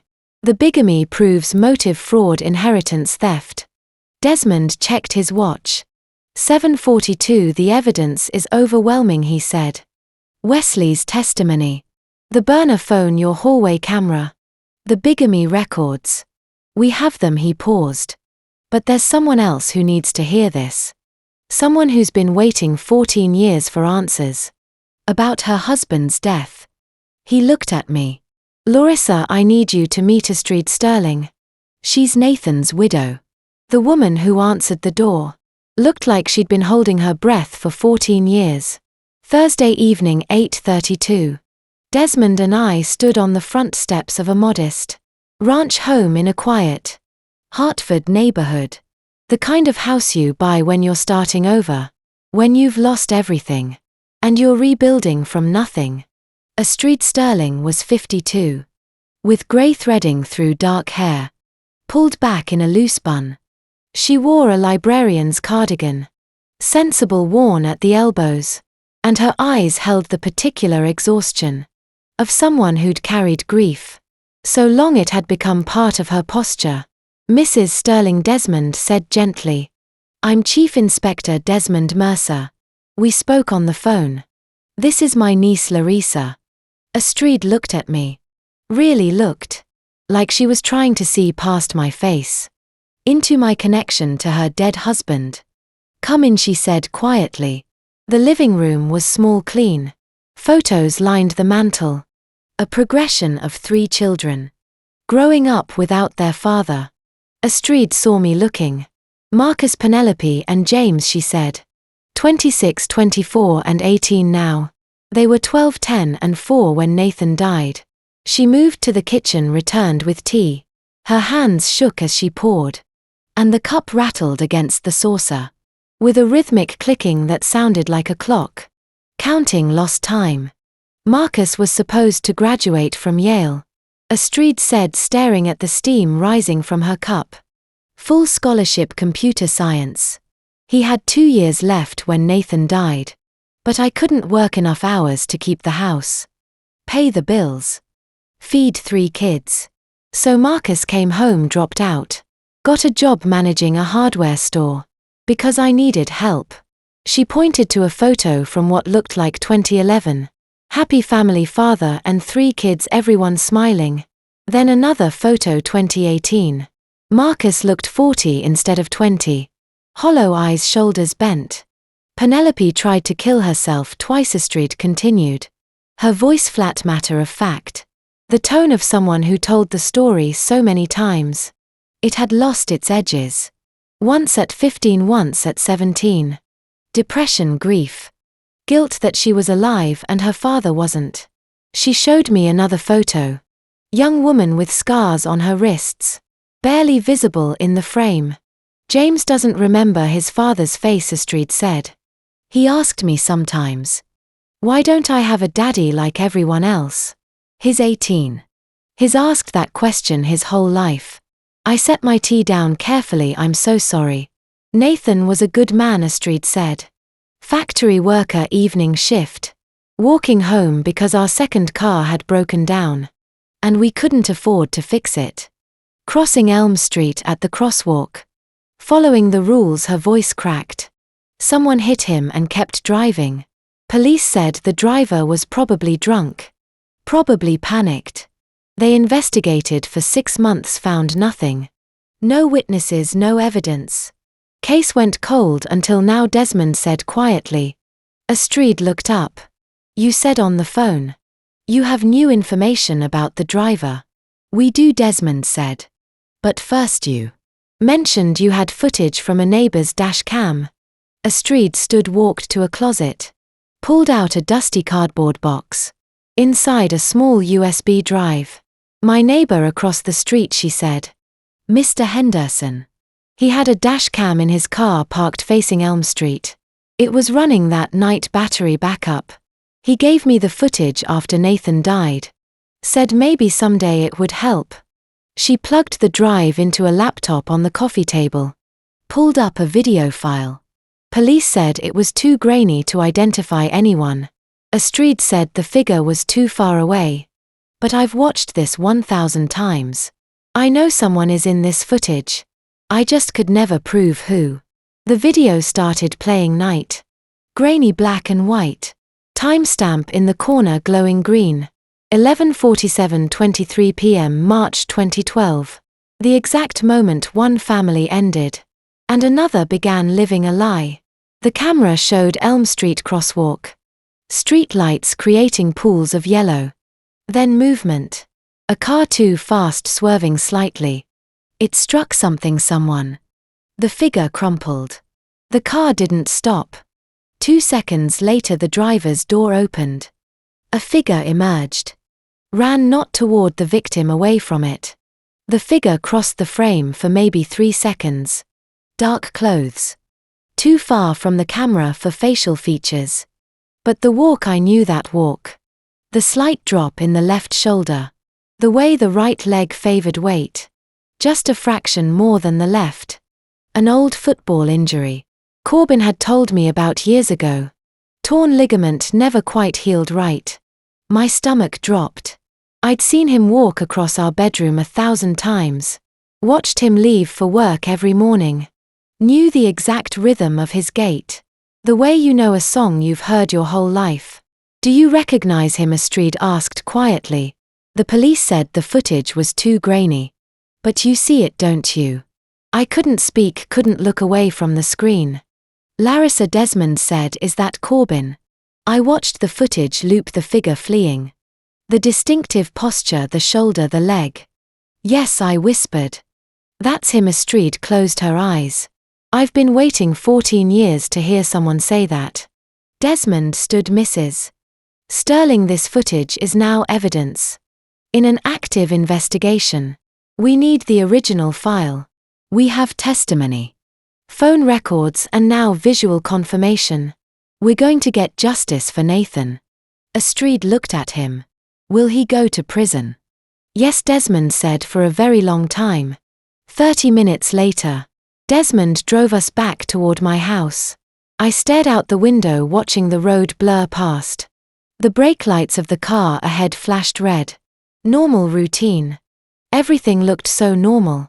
But nothing was normal, not anymore. When we get home, I said quietly. I need to check the brakes on my car. Desmond's hands tightened on the wheel. Why, I thought of the insurance policy Corbin had taken out on me, the staged accident that killed Stella. The pattern, because I think I might be next. The brake pedal hit the floor with a soft, sickening thud. And nothing happened. We were 3 miles from my house. Desmond driving his car with me in the passenger seat. He'd insisted on following me home in my own vehicle. To check the brakes together. I'd agreed. Started my car, pulled out of Astrid's driveway. Then the road began to slope downward. I pressed the brake. The pedal sank. No resistance, no friction.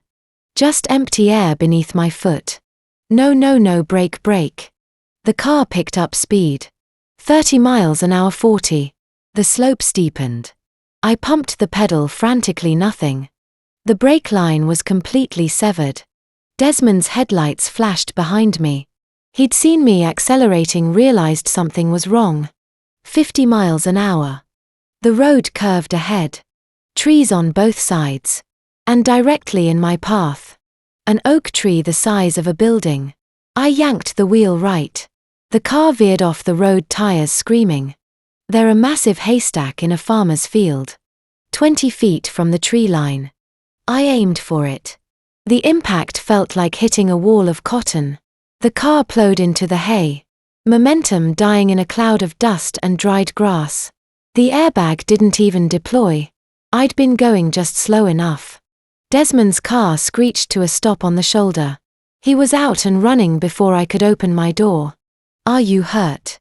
He pulled the door open, checking me for injuries. My hands wouldn't stop shaking. Not from the crash.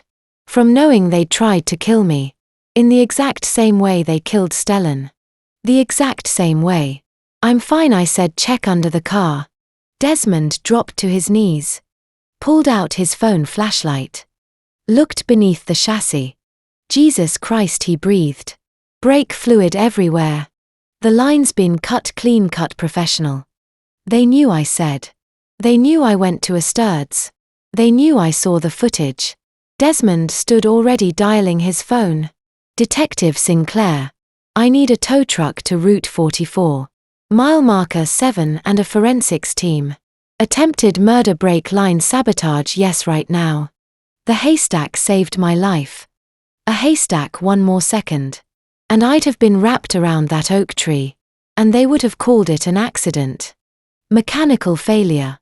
Tragic coincidence, just like Stalin. 40 minutes later, my car sat in the police forensics bay, hoisted on a lift under fluorescent lights. Howard Brennan, the forensic technician, who'd analyzed my poison medication, now crouched beneath my car, with a magnifying glass and evidence bags. Late 30s, precise, clinical. He'd spent 15 years examining vehicular sabotage, and knew what deliberate looked like. Before I show you what the forensic technician found under my car, are you still with me? Comment. Or if you think they'll find proof, or B, if you think they covered their tracks. Add 1 short reason. A quick note. The next part includes some recreated details. For narrative impact. The truth behind it is what matters. Howard emerged from beneath the car, holding up an evidence bag. Clean cut, he said. Not worn through, not rusted cut. Same brake line. Caliper type as Stella Whitfield's vehicle. Detective Sinclair stepped forward. Can you trace the brake fluid? Howard pulled up a report on his tablet. Already did. Brake fluid batch matches Wesley Sutton's workshop. Inventory log. Same lot number, purchased 3 days ago. Desmond's jaw tightened. Get Wesley back in here now.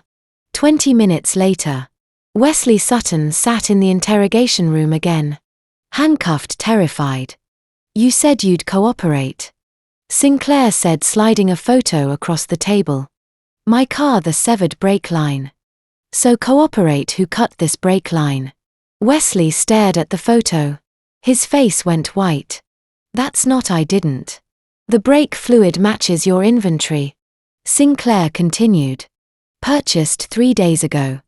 Same technique as Stella Whitefield's murder. Same clean-cut talk. Wesley closed his eyes. Saskia, he whispered. Saskia came to my shop last night.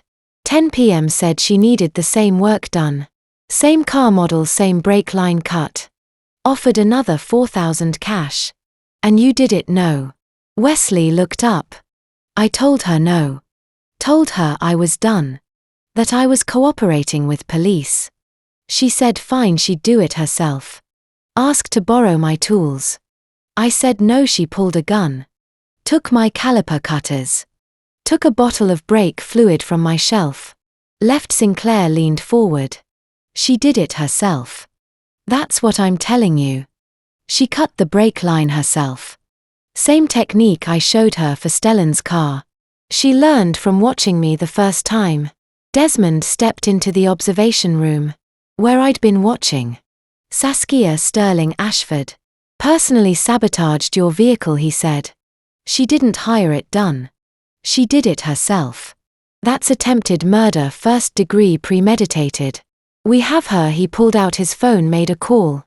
Judge Morrison, Chief Inspector Mercer. I need an arrest warrant. 2 of them, Corbin Ashford and Saskia Sterling Ashford. Charges: conspiracy to commit murder. Vehicular homicide 2012. Attempted murder, bigamy, fraud. Evidence package is being couriered to your chambers. Now. Pause. How fast can you approve it? Another pause. Midnight. Perfect. We'll execute at 4 a.m. Coordinated takedown. Hartford and Cambridge addresses simultaneously. Thank you, Your Honor. He ended the call, checked his watch. 9:47 p.m. 6 hours, he said. 6 hours until the warrants are signed. Then we move. At 11:52 p.m. Desmond's phone rang. He answered, listened, nodded. Understood, we're ready. He closed his phone, his face carved from stone. Arrest warrant approved. Special forces deploy 4 a.m. He looked at me. This ends tomorrow, all of it. I thought of Corbin and Saskia. Asleep in their separate houses. Their separate lies. Corbin in Hartford. Saskia in Cambridge. Both of them thinking they'd gotten away with it. Thinking I was dead or dying in a car crash on Route 44. They had no idea what was coming. In 6 hours. Tactical teams would hit both addresses simultaneously. In 6 hours 14 years of murder and lies would end. I just had to survive until dawn. 36 bracelets spread across the hotel bedspread. Like evidence at a crime scene. I sat cross-legged on the floor at 11:47 p.m. Counting them again. 36 children. 36 lives Corbin had touched. While playing devoted father to Stephen. While playing devoted husband to me.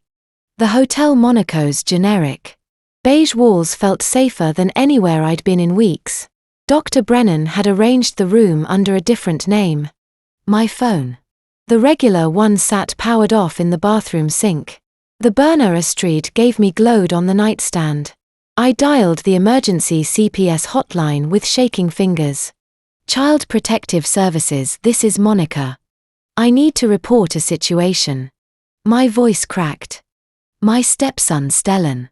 His father is about to be arrested for murder, and his biological mother has just passed away. He is an 8-year-old child who communicates only through drawings.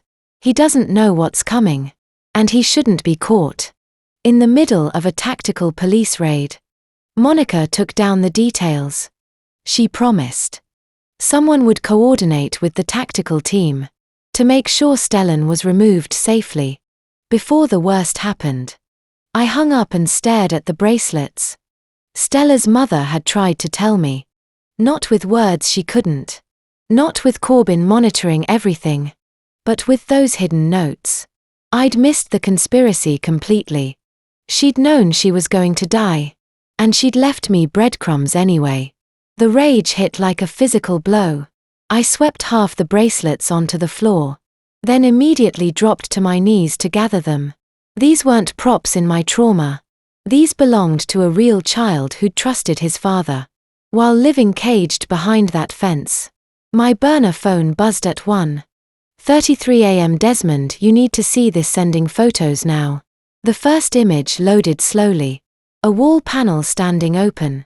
In what I recognized as Corbin's home office. The room he'd always kept locked. Claiming professional privacy. Behind the false wall. A small space maybe 3 feet deep filled with papers.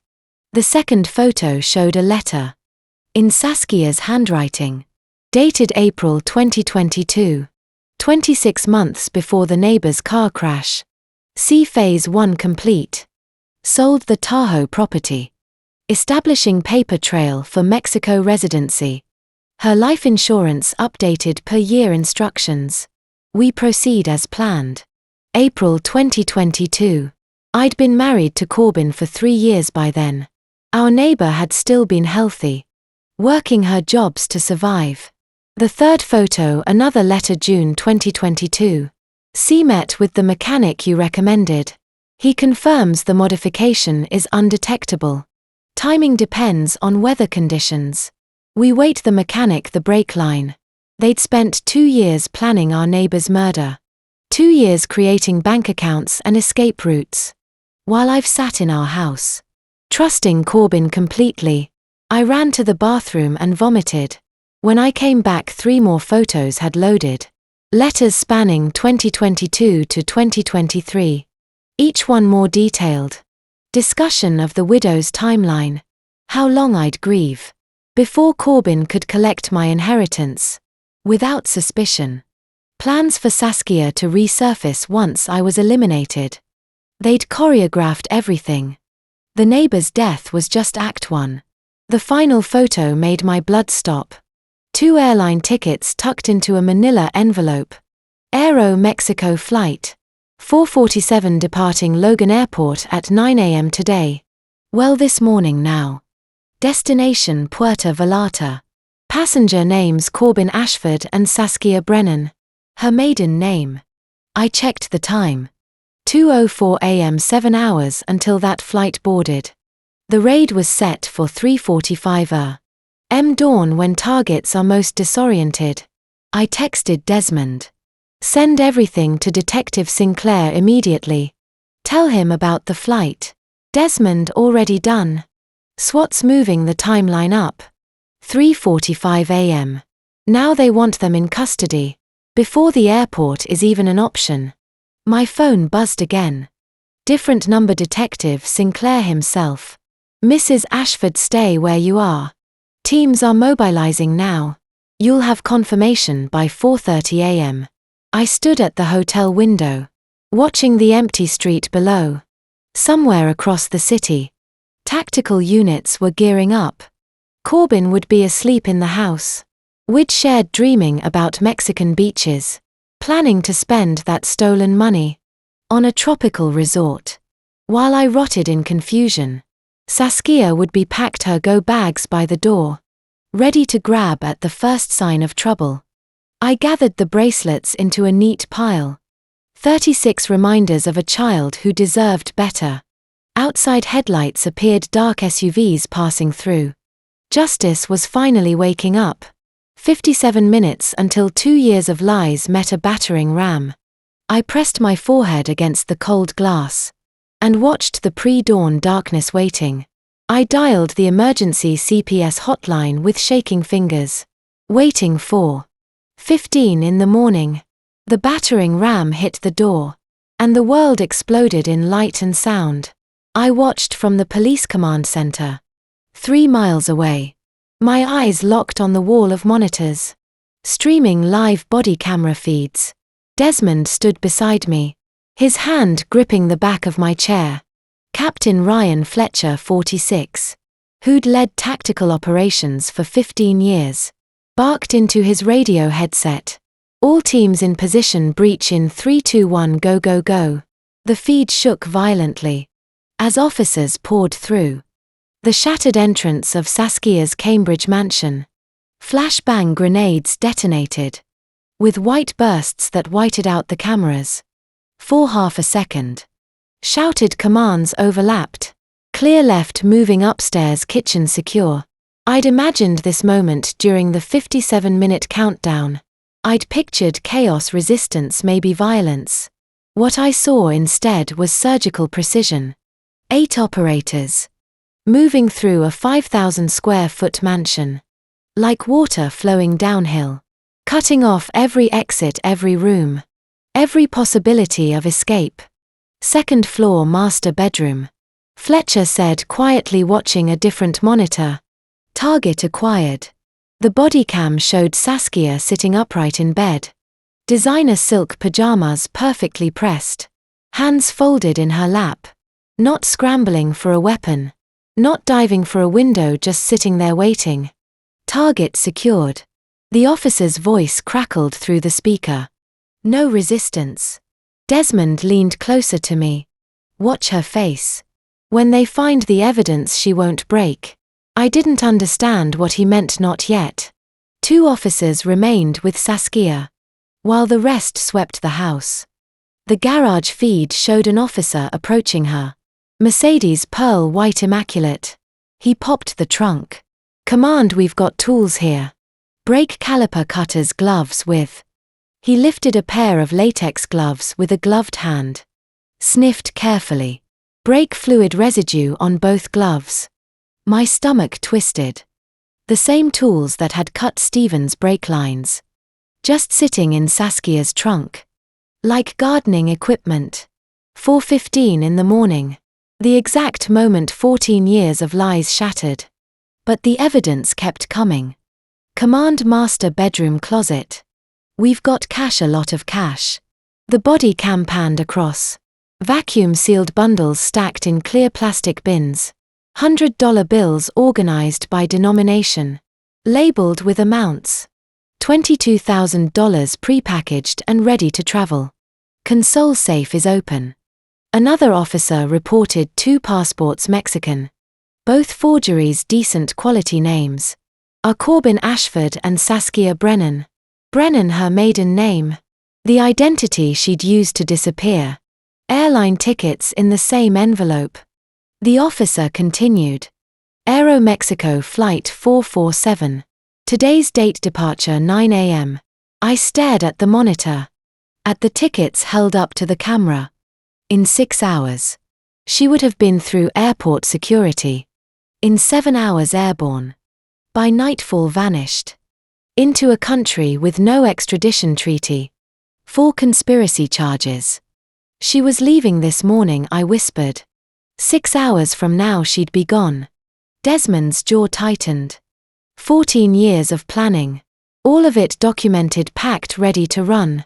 Captain Fletcher tilted his head, listening to something in his earpiece. Then he nodded, satisfied.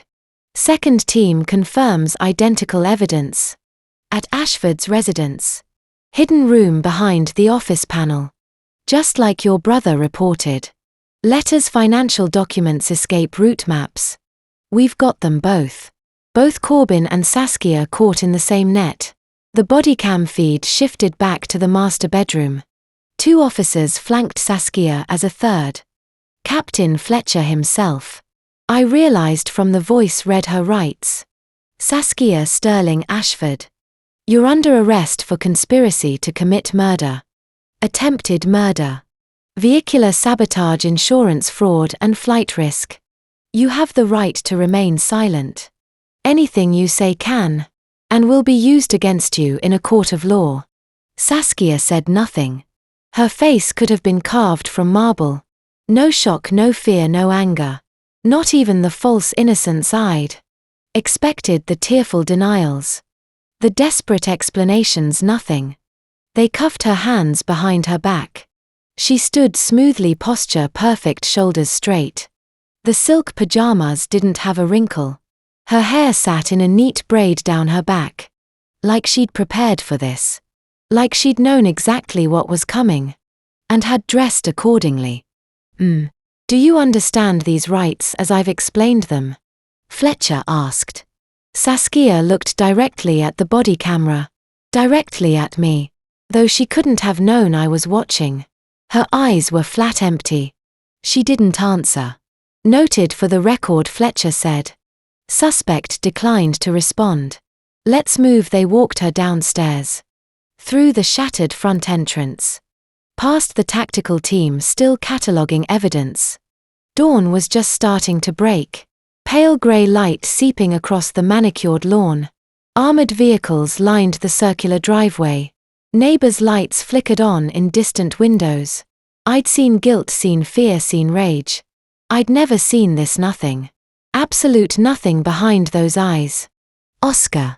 Sterling Ashford had orchestrated my sister's murder. Tried to kill me. Stolen.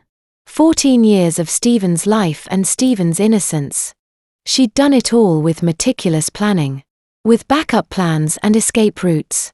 And forged documents. And now caught with overwhelming evidence. Facing life in prison. She looked like a woman waiting for a taxi. No remorse, no humanity, just cold, controlled emptiness. Sociopath, Desmond said, quietly clinical. She genuinely doesn't feel what normal people feel. They loaded her into the armored transport vehicle. Even with her hands cuffed. Even surrounded by armed officers. Saskia moved with grace. She stepped up into the vehicle without stumbling. Settled onto the bench seat and stared straight ahead. The body camera caught one final close-up. As the officer secured the door. Saskia's face filled the screen. Cold, blank, utterly unmoved. Then Desmond's phone buzzed. He glanced at the screen and his face went white. Larissa, his voice cracked. Corbin's house, you need to see this right now. Corbin's house was empty. Bed made, closets cleared. Every trace of him erased like he'd never existed. Captain Fletcher switched the feed to Corbin's body cam. The Hartford house I'd shared with him looked sterile. No clothes in the bedroom, no toiletries in the bathroom. The hidden office panel stood open. The secret room behind it stripped bare. Primary residence is empty, the radio crackled. Repeat target not at primary location. Desmond's hand tightened on my shoulder. GPS tracker on his phone, they're pulling it now. 30 seconds of silence, then Fletcher's radio buzzed. Got him, signals at 447 Elm Street, apartment 3B. Registered to Michael Donovan. Moving now. The body cam feeds switched to a tactical van. Racing through pre-dawn Hartford. The team breached the apartment. With the same explosive efficiency. Flashbang shouted commands. Officers flooding a cramped two-bedroom unit. They found Corbin sitting on the bed. Next to two packed suitcases. He didn't resist. Just held out his wrists for the cuffs, his face. Grey and slack. Corbin Ashford. You're under arrest for conspiracy to commit murder. Attempted murder. Did Larissa see this? Corbin interrupted, his voice hoarse. Does she know? The officer ignored him, continuing Miranda. Another officer unzipped the suitcases on camera. Clothes, cash and Ziploc bags. A manila envelope. We've got a passport and an airline ticket. Aerolíneas Argentinas Flight 1032. Departing Boston Logan at 10 a.m. Destination Buenos Aires. Buenos Aires, not Mexico, not Puerto Vallarta, Argentina. Saskia had tickets to Mexico. Corbin had a ticket to Argentina. He was leaving her, I whispered. After everything they planned together. He was leaving Saskia behind. Desmond let out a sharp. Different countries. Different flights, different escape plans. They'd been planning to betray each other all along. The irony hit like a punch. 2 conspirators, 2 murderers, 14 years of coordination. And in the end, each one ready to abandon the other and disappear alone. No loyalty, no partnership. Just 2 sociopaths using each other. Until the very last moment. Corbin was loaded into transport. His expensive suit rumpled, his silver hair disheveled. He looked old, smaller than I remembered. Nothing like the confident attorney who'd charmed me at Stellan's funeral. Who'd proposed on the anniversary of her death. Calling it healing. He'd been planning her murder before she even died. Captain Fletcher appeared beside me. Both targets in custody. Detective Sinclair is ready upstairs. He's got the burner phone analysis. Desmond and I took the elevator to the 3rd floor. Detective Garrett Sinclair met us in a conference room. A laptop open and evidence bags stacked beside it. He looked like he hadn't slept in days. Shirt wrinkled, tie loose. Mrs. Ashford, he said quietly. The forensic work on the phone was exceptional. We've recovered 37 messages between Corbin and Saskia. Dated January through November 2024. The log shows a cold, calculated division of labor. Sinclair nodded grimly. Saskia directed every step. The timing, the mechanics, the logistics. Corbin executed everything on the ground. The surveillance, your medication. Tampering and managing the payout. They both knew exactly what they were doing. 37 times they chose murder over mercy. 37 pieces of evidence. Proving that our neighbor's death was entirely premeditated. Desmond leaned forward. This is first-degree murder. Premeditated, coordinated conspiracy. The DA is going to bury them. Both suspects have requested lawyers, Sinclair confirmed. But the evidence is overwhelming. Burner messages, break tools, financial records, GPS data. Witness testimony, hidden room documents. We have everything. He closed the laptop. It's over, Mrs. Ashford. They're both in custody. They're not getting out. It's over 14 years of lies. Months of investigation, weeks of terror. And now in one dawn raid, both monsters and handcuffs. I should have felt relief, victory, justice. Instead I just felt hollow. She was right about everything, I whispered. I just wish I'd believed her sooner. Desmond's hand covered mine. You believed her when it mattered. You found the truth. You stopped them. I looked at the evidence bags on the table. The burner phones that had coordinated a nightmare. The brake tools that had cut a life short. The forged passports that would have let them vanish. All of it caught, documented, prosecutable. Desmond checked his watch. 6:10 in the morning. The sun was rising over Hartford. Pale November dawn. Filtering through the conference room windows. Now for the most important part, he said quietly. Let's go, bring your son home. Stellan, my stepson. The 8-year-old boy. Who'd lost his mother in one night. Who didn't know his mother's death was a murder. Or his father. A co-conspirator. Who needed someone to choose him. Protect him. Love him despite the poison in his bloodline. Desmond held the door open. Outside dawn was breaking over Hartford. The first sunrise in 14 years. That felt like it might actually bring light. Your son is waiting, he said quietly. I took a breath. Stephen, my boy, time to bring him home. He was smaller than I. I remembered standing in the DCF office doorway. With a braided bracelet clutched in both hands. 2 days since the arrests. 2 days since Stellan's world shattered. He wore dinosaur pajamas under a too big sweatshirt. His dark hair uncombed, his eyes red-rimmed. When he saw me, he ran, not away, toward. He crashed into my legs. wrapping his arms around my knees, pressing his face against my thighs.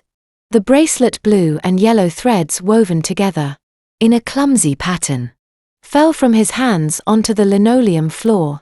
I dropped to my knees and pulled him into my arms. He smelled like institutional soap and fear.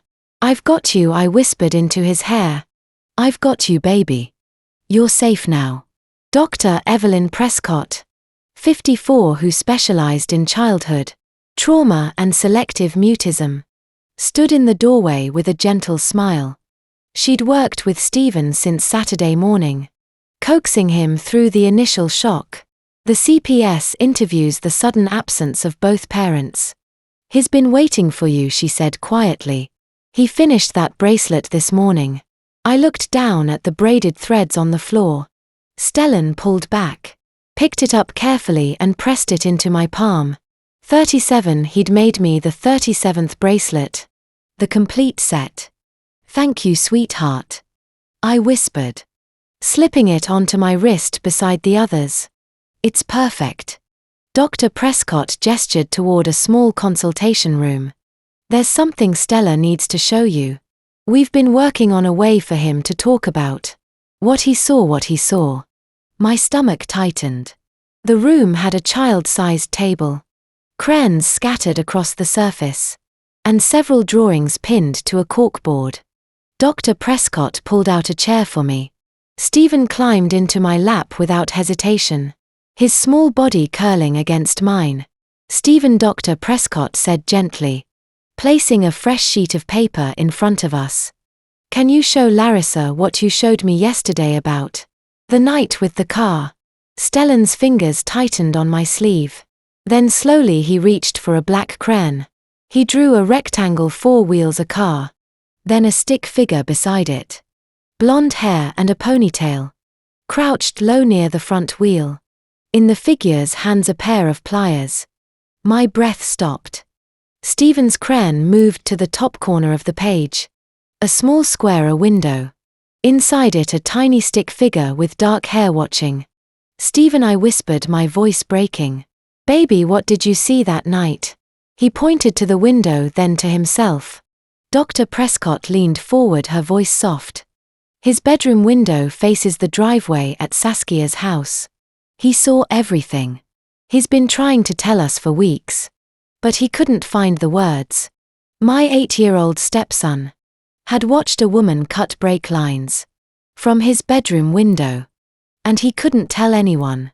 He couldn't speak." I pulled him closer, my hand cradling the back of his head. He was shaking. "You're so brave," I told him. So brave. You didn't do anything wrong. None of this is your fault." He buried his face in my neck. Dr. Prescott collected the drawing, carefully sliding it into a protective sleeve. "This is admissible evidence. The DA will want to see it. It corroborates everything else. The tools, the GPS data, the messages. Stellan's had witnessed his own mother attempting murder. He'd carried that knowledge silently through weeks of confusion, through the arrests, through the sudden loss of everything familiar. And he'd made me a bracelet. Because that's what children do. They survive, they adapt. They find tiny ways to show love. Even when the world is burning." I held him for 20 minutes while Drive Prescott made calls, arranged custody paperwork, scheduled trauma counseling. When we finally left the DCF office, Stellan's hand was locked in mine. He was coming home. 1 week later my phone rang at 6:47 a.m. "Ms. Ashford, this is Administrator Reynolds. At Connecticut Correctional Medical Facility. We have a situation with your husband, ex-husband." I wanted to say, but legally the bigamist marriage made me his next of kin. Until the courts untangled the mess. "What kind of situation?" "Acute organ failure. He needs emergency surgery within the next few hours. You're his only legal guardian. Without your signature he dies." I sat up in bed, my mind spinning. Corbin dying, my signature. The only thing standing between him and oblivion. "I'll be there in 30 minutes. The prison medical facility smelled like disinfectant. And despair nurse Margaret Dalton, 48, who'd spent 2 decades managing incarcerated patients, met me in the administration wing with a clipboard. "Sign here to authorize the surgery," she said, her tone professional but not unkind. "Without it he'll be in multi-organ failure." By noon I looked at the form. Corbin's name printed at the top. Authorization for life-saving intervention. The man who'd orchestrated my sister's murder. Who'd tried to kill me. Who'd stolen 14 years and countless futures. Signed here to save his life. The pen felt like it weighed 1,000 pounds. But I thought about Stephen. About justice. About the long, slow punishment of a life sentence in maximum security. Death would be mercy. I wasn't giving him mercy. I signed. Then I pulled a folded note from my purse and handed it to Nurse Dalton. "Give him this after he wakes up." She glanced at the sealed envelope, then nodded. I'd written it the night before, somehow knowing this moment would come. "Corbin, I'm not signing this out of loyalty, forgiveness, or love. I'm signing because I want you to live. I want you conscious and aware. For every single day of your sentence. I want you to wake up every morning in that cell and remember what you did. I want you to live long enough to pay for every year of my sister's stolen life. Death would be too easy, Larissa." 4 hours later Nurse Dalton called.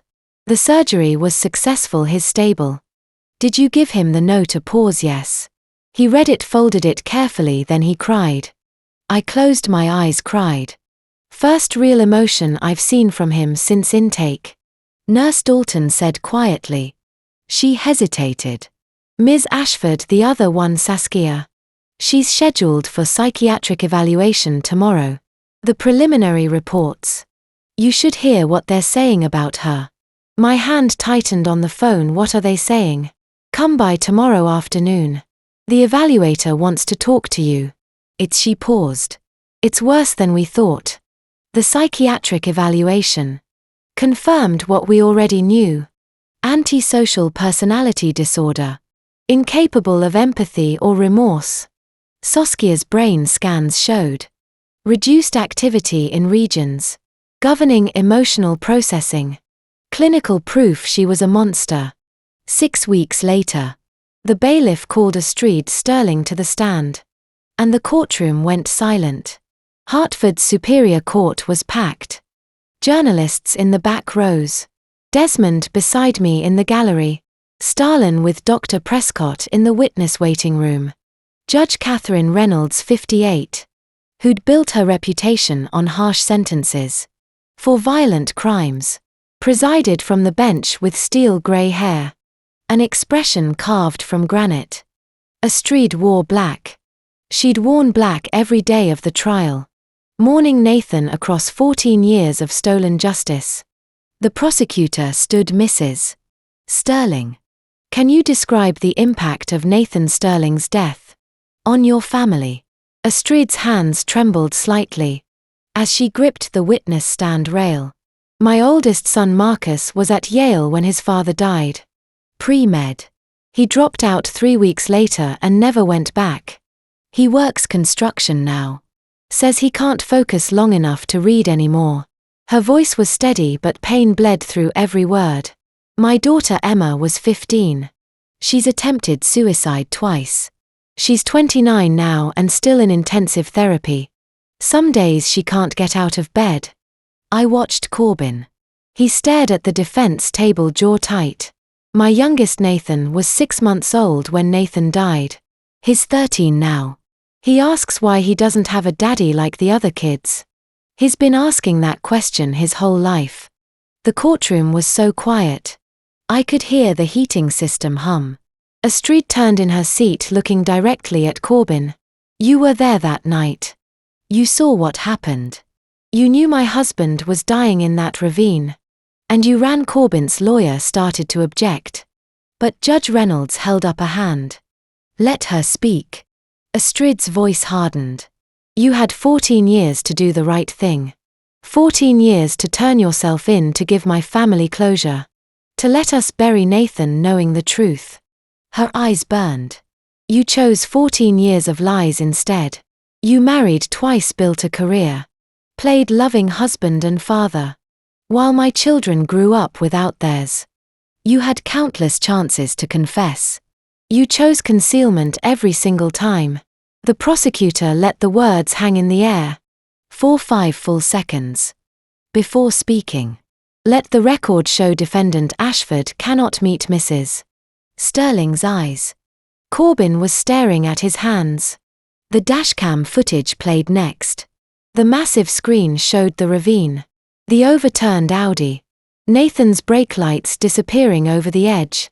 Then the timestamp 11:47 p.m. A figure emerged from the tree line. Tall, distinctive gait, expensive coat. Corbin. He looked directly at the camera for 2 seconds, then. He ran the dashcam footage, played 14 seconds.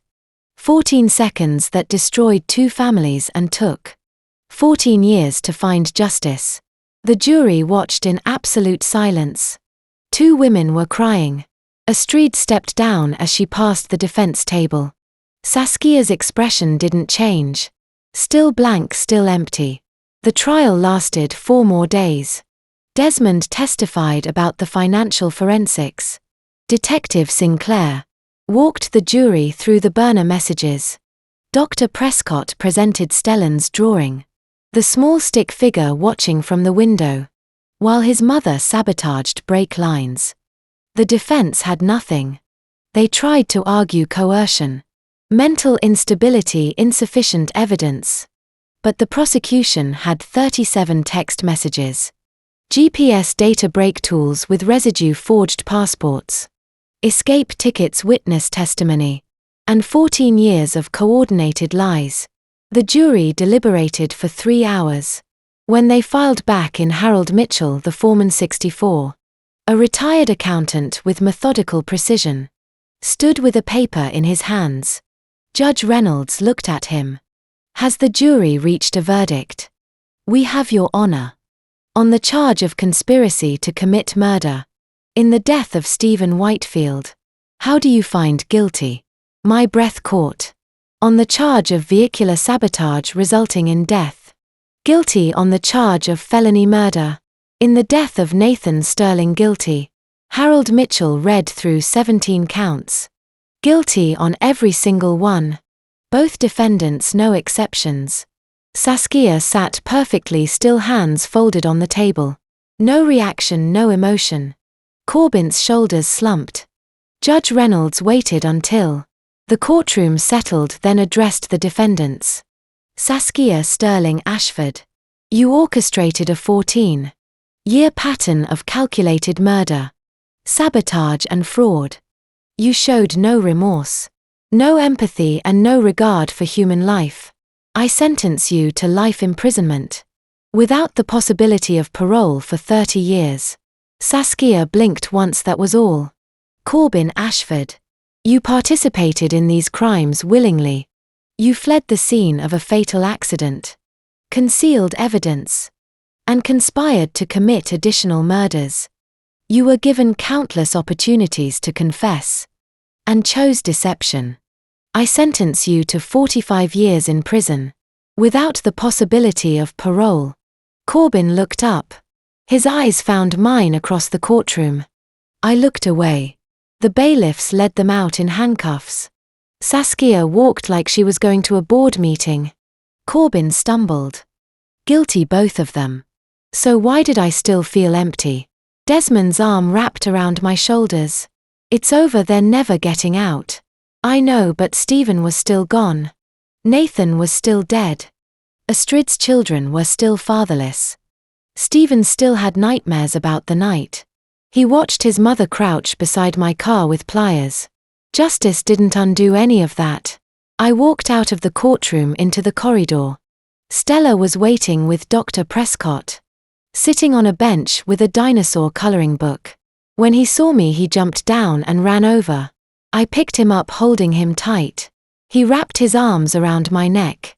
Is it done? Dr. Prescott asked quietly. I nodded. It's done. Stella's small hand fit perfectly in mine. As we walked down the courthouse steps, into the February sunlight, the press called questions. Cameras flashed, but I didn't look back. Justice was served. Now came the harder part, learning to live with it. Healing happened slowly. Therapy twice a week for Stellan, once a week for me. Nightmares fading to bad dreams, then to restless sleep. Then to mornings where he woke up smiling. 2 weeks after the verdict, the woman who walked into family court had Stellan's eyes. And a team of Manhattan lawyers. Cressida Mercer, my oldest sister. We hadn't spoken in 8 years. Not since she'd called my own wedding to Corbin provincial and skipped it entirely. She'd built her career as a marketing director in Manhattan, pulling down $415,000 a year, living in a 5-bedroom townhouse she'd bought with cash. Now seeing the news of the trial, she wanted to help me obtain custody of Stella. She'd built her career as a marketing director in Manhattan, pulling down $415,000 a year, living in a 5-bedroom townhouse she'd bought with cash. Now she wanted custody of Stellan. Judge Robert Hammond, late 50s, who'd spent 20 years prioritizing children's emotional needs over bank account balances, sat behind the bench reviewing her petition. Cressida's lead attorney. Salt and pepper hair Armani suit. Briefcase. That cost more than my car, stood to present her case. Your Honor, Ms. Whitfield can provide educational opportunities Mrs. Ashford cannot match. She has secured placement at Manhattan Preparatory Academy, annual tuition $68,000. She owns her home outright in the Upper East Side. She can offer cultural experiences, international travel and financial security. That I understand. Judge Hammond interrupted, scanning the documents. Mrs. Ashford earns $42,000 annually as a non-profit administrator, the lawyer said, making poverty sound like a moral failing. Cressida sat perfectly still at the plaintiff's table, her designer dress immaculate, her hair in the same French twist she'd worn since college. She looked at Stella sitting beside me, coloring quietly like he was a problem to be solved with enough money. Judge Hammond turned to me. Mrs. Ashford, do you wish to respond to these points? I didn't launch into arguments about love versus wealth, or connection versus privilege. I reached into my bag and pulled out 3 things.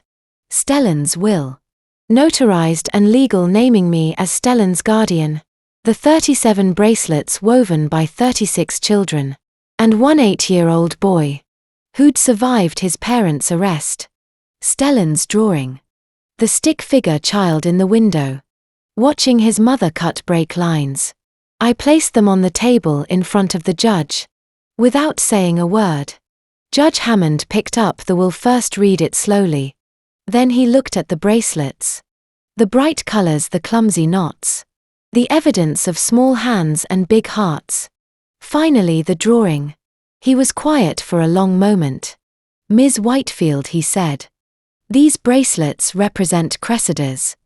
Lawyer started to answer, but Judge Hammond held up a hand. I'm asking Miss Whitefield. Cressida opened her mouth, closed it. I don't know, Mrs. Ashford. I looked at Stephen, then back at the judge. Stephen left a will. She chose me, that's my response. I didn't need to argue. Stephen already made her choice, Stephen already made his. Judge Hammond set down the drawing carefully. I'd like to ask Stellan a question. If both parties consent. Cressida's lawyers conferred in urgent whispers. Finally they nodded. Dr. Prescott, who'd accompanied us as Stellan's therapist, brought him to stand in front of the bench. Judge Hammond came down from his seat, kneeling so he was eye level with the small boy Stellan.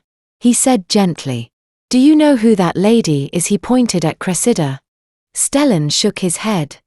"That's your Aunt Cressida. She knew your Aunt Stephen when Stephen was little. Just like you. She wants you to come live with her.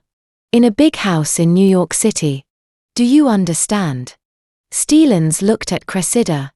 She smiled brittle, uncertain, trying too hard. Then he looked at me. Judge Hammond continued. Can you show me who you want to live with? Steelens didn't hesitate. He ran to me, wrapped his arms around my legs, buried his face against my hip. His small hands clutched the fabric of my skirt. I knelt down and pulled him close. He was shaking. It's okay, baby, I whispered. It's okay. When I looked up, Cressida was crying. Not delicate tears, real ugly crying. Her perfect makeup running. Her shoulders shake. Kneeling, her hands covering her face. Her lead lawyer touched her arm. Miss Whitefield, we can know. Cressida stood abruptly. Her voice was raw. Your Honor, I'm withdrawing the petition. The lawyer blinked. Miss Whitefield, we haven't. I said I'm withdrawing it. She looked at me across the courtroom. Stella chose you in her will. Stella is choosing you now. I thought. Her voice broke. I thought money could replace love. I thought I could fix my mistakes by throwing resources at them. I was wrong. She wiped her eyes with trembling hands. I wasn't there for Stella when she was alive. I don't get to play hero now that she's gone. The aunt with millions was crying. The mother with nothing was smiling. Judge Hammond stood slowly. Ms. Whitfield, are you certain? Yes, Your Honor. He picked up his gavel then. This court awards full and permanent custody of Stephen Whitfield to Larissa Ashford. Effective immediately. The gavel struck wood. With a sound like a door closing on the past and opening on the future. Stephen's arms tightened around my neck. Desmond, sitting in the gallery, let out a breath he'd been holding for 2 hours. Cressida gathered her lawyers and her briefcase and her shattered composure. She walked toward the exit with her head down, shoulders curved inward. Outside the courtroom she stopped me. Can I? Her voice broke. Can I visit him sometimes? I'm his only connection to Stella's family. I could have said no. Could have reminded her of 8 years of silence. Of missed birthdays. And ignored phone calls. Of the wedding she'd skipped. Because she thought we were beneath her. Instead I looked at Stephen, then back at her. We'd like that, I said. Cressida came the following Saturday with gifts. Too many, too expensive. But she sat on the floor and played dinosaurs with Stephen. Without judgment. Small steps, tentative rebuilding. 1 week later I took Stephen to Cedar Hill Cemetery. The sunflowers were the color of every promise Stephen never got to keep. We walked through rows of headstones in late February. Cold, our breath misting in the air. Stephen held my hand tightly. The other hand clutching something small. The first red bracelet. The one he'd made for Stellan months ago. Before she died. Her grave sat beneath an oak tree. The headstone simple grey granite. Her grave sat beneath an oak tree. The headstone simple grey granite. Stellan Whitfield. 1990-2025. Beloved mother, neighbor, friend. I knelt on the frozen ground and placed the sunflowers against the stone. Stella stood beside me, silent as always. His dark eyes fixed on her name. Your mama loved you more than anything in this world. I said quietly. She made me promise to keep you safe, and I have. I will. Stephen's fingers tightened on the bracelet. She knew what they were planning. I continued. She couldn't stop them, but she tried. She left me clues. She fought to her last breath for you, Stephen. Every breath he knelt slowly, placing the red bracelet against the headstone. It looked tiny against the granite. Fragile threads of color against cold stone. Then he looked up at the gray February sky and whispered one word, Mema. My heart stopped. His first word in 6 months since Stellan's death. Since his world shattered. And his voice disappeared into trauma and silence. One word. After 6 months of silence he gave me one word. And it was enough. I pulled him into my arms and he didn't pull away. We knelt there together in the cold, while the wind moved through the oak branches. And the red bracelet stayed. exactly where he'd placed it. Days later at home, Stellan sat at the kitchen table, with crayons and paper. He'd been drawing more. Therapy was helping, Dr. Prescott said, giving him ways to process what words couldn't yet handle. He looked up at me, pointed to the paper. "What is it, baby?" He wrote in careful block letters, "Letter to Corbin." My stomach tightened. "You don't have to forgive him, Stephen. Not if you're not ready." He shook his head, kept writing. When he finished, he pushed the paper toward me. "Corbin, I don't call you Dad, but I don't hate you. Mom taught me not to hate anyone. I'm fine with Larissa. She takes care of me." Stellan, I read it twice, my throat tight. This 8-year-old boy, who'd witnessed his mother's sabotage and his father's arrest, who'd lost everything familiar in one terrible night. He was choosing grace not because Corbin earned it, because Stephen needed to let go. "You're a better person than I am, Stephen," I whispered. He handed me a pen. I understood he wanted me to add something. I wrote beneath his message, "This boy is better than you deserve. Don't let him down again, Larissa." I mailed it the next day. Corbin sent no reply. I didn't expect one. The following week, the demolition crew arrived. The 12-foot iron fence had stood for 3 years. Corbin's monument to control. The barrier that kept me isolated from neighbors. And Sunlight Desmond had hired the crew as a gift. Cressida helped pay for it. Her way of contributing something meaningful, instead of just expensive. Stellan's and I stood in the yard, watching workers unbolt the first section. Metal screamed against metal. The fence had been installed in panels, each one secured with industrial bolts, driven deep into concrete footings. Stella's hand found mine as the first panel tilted, then fell with a ground-shaking crash. Light poured in. I hadn't realized how dark the yard had become, how the fence had turned our property into a cage. Shadow-filled and suffocating. Now with just one panel down. February. Sunlight streamed across the grass. "Stella would have loved this," Cressida said quietly, standing beside us, tearing down the walls, letting the light in. Another panel came down, then another. Each iron bar that came down let in more light, like watching a prison dissolve into a garden. By mid-afternoon, half the fence was gone. The workers broke for lunch, and I made sandwiches, while Stella explored the newly opened yard, touching the grass where Shadow had lived for years. A car pulled up a street, Sterling carrying a covered dish. "I heard about the fence," she said. "Thought you might need lunch for the workers." She looked older than the last time I'd seen her. In court, but lighter, somehow less burdened. "My daughter Emma's starting therapy," Astrid said as we walked to the yard together. First time she smiled in 3 years. Your courage gave her hope. The trial gave us all closure. We sat on the back steps, me, Astrid, Cressida, Stalin. 2 families destroyed by the same monsters. Sitting together peacefully for the first time. Eating sandwiches while workers tore down barriers. The last panel came down at 4:30. The foreman gave a signal, and the crew lowered it carefully to the ground. Afternoon light flooded the entire yard. Brilliant, warm, unrestricted. Stellans walked to the pile of metal debris. He picked up a small piece, maybe 3 inches long, part of a decorative scroll that had topped one of the fence posts. He turned it over in his hand, studying it. Then he walked back to me and wrote on my palm with his finger to remember. I knelt down, looking into his eyes.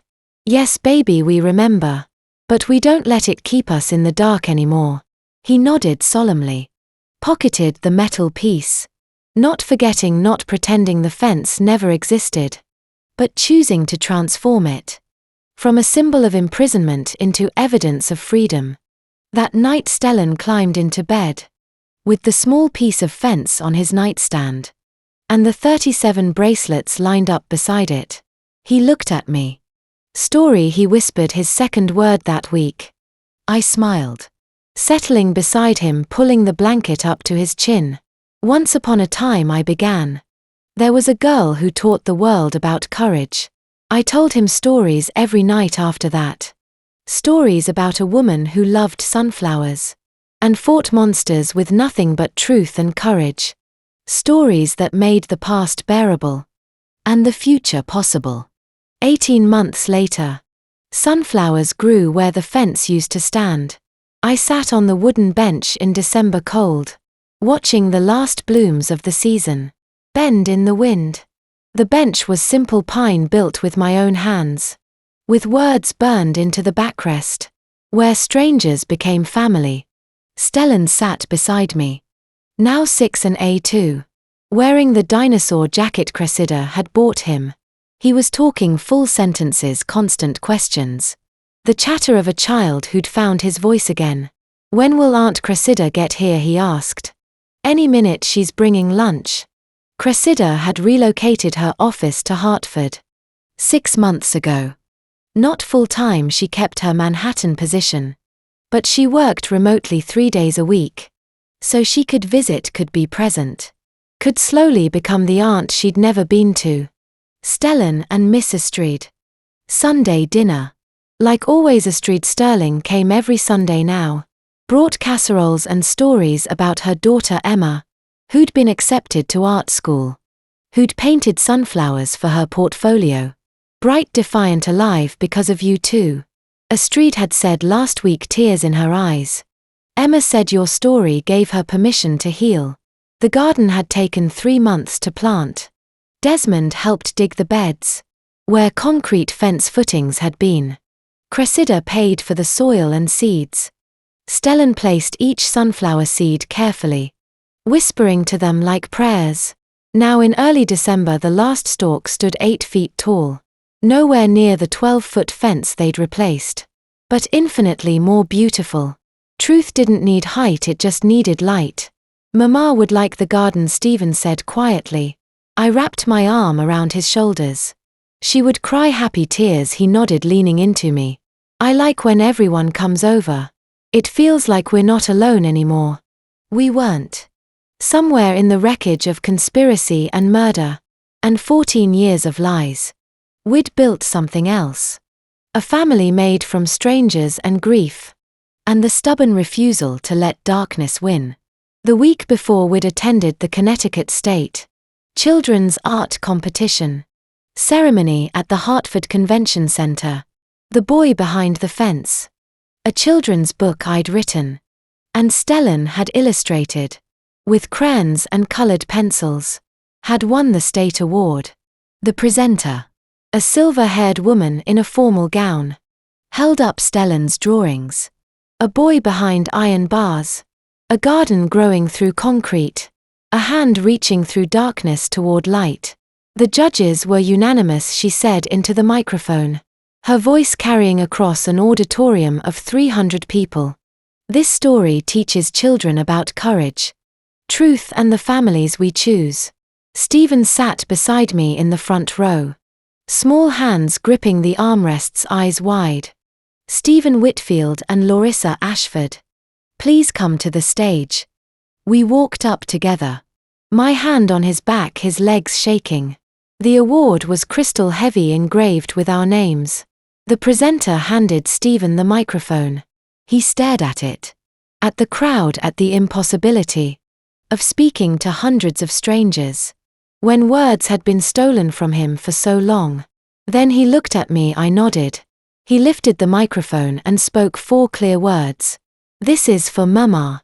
The auditorium went silent. For words, he spoke 4 words into that microphone, and the entire room understood what those words cost him. I clutched the 36 bracelets in my purse. I carried them everywhere still, and let tears stream down my face. She's here, I thought. Somehow through him. She's still here now, sitting in the garden. As December wind rustled the last sunflower petals, I pulled out the award from my bag. Stellan traced his name engraved in the crystal. Dr. Evelyn says I'm doing really good, he said. Really well, I corrected gently. And yes, you are. She says talking about hard things makes them smaller. She's right. He was quiet for a moment. watching a cardinal land on a sunflower stalk. Then he reached into his pocket and pulled out colored thread. Blue, yellow, red, green. I want to make another bracelet, he said. I watched as his small fingers began to braid. He'd gotten better at it. The movements more confident, the pattern tighter. He worked in silence for 10 minutes, while the December sun dipped lower. When he finished, he held it up, the 38th bracelet. He placed it in my palm. I looked at it next to the 36 faded ones on my wrist. The ones from Horizons Academy children. And the 37th he'd made for me at the DCF office. 36 bracelets for a girl who never got to grow up. One for the boy who survived. One for the life we're choosing to live. This one is different, Stella said quietly. I tied it on my wrist beside the others. How is it different? The old ones are for remembering. This one is for now. Now, not the past. Not the grief we'd survived. Or the monsters we'd defeated. Now the garden. The family, the words he spoke freely. The future. We were building from ashes and sunflower seeds. The Stellan and Nathan Foundation helped another family this week. I told him that's 112 families since we started. Desmond ran the foundation, funded by the restitution from Saskia and Corbin. Seized assets. Helping widowed families from traffic accidents. Turning blood money into something that healed. Mama's helping people even though she's gone. Stephen said, yes baby, she is. The last sunflower of the season. Bent in the December wind. Petals golden against the twilight. Stephen's hand fit perfectly in mine. Now bigger than it was, stronger. Ready to go inside, I asked. He nodded. But first he looked back at the garden one more time. At the space where a 12-foot fence had once imprisoned us. At the sunflowers that grew there now, drinking light. Some fences are built to keep truth out, I said quietly. But truth, like sunlight, always finds the gap. And to you listening to my story, remember this. The people closest to you can sometimes be the ones hiding the darkest secrets. Don't make my mistake of ignoring the warnings. Stellan tried to tell me. The signs were there, the fence, the isolation. The control disguised as protection. I dismissed them. Because I wanted to believe in the life I thought I had. If I could go back, I would listen to my sister's voice. Trust my instincts. And ask the hard questions before it was too late. When you face family betrayal, it feels like your world is built on lies. But that family betrayal also reveals who you truly are. Stronger than you knew. Truth will always find the light and justice will come. I believe God put me through this to show me what real family looks like. It's not always blood. Sometimes strangers become family. When your family becomes strangers, that's the revenge worth taking, not hatred but healing. Not destruction, but building something beautiful. From the ashes of family revenge and family betrayal. If this story touched you, please share it with someone who needs to hear it. Leave a comment below. Have you ever faced family betrayal? Or sought your own family revenge? Your story matters. And if you want more true stories about courage and justice, subscribe to Her Revenge. This community is here for you. Thank you for staying until the very end. Your time means everything to me. One final note. While this story is based on real experiences, some details have been adjusted for privacy and storytelling. The lesson about truth, healing, and the families we choose. That's what I hope stays with you. God bless you.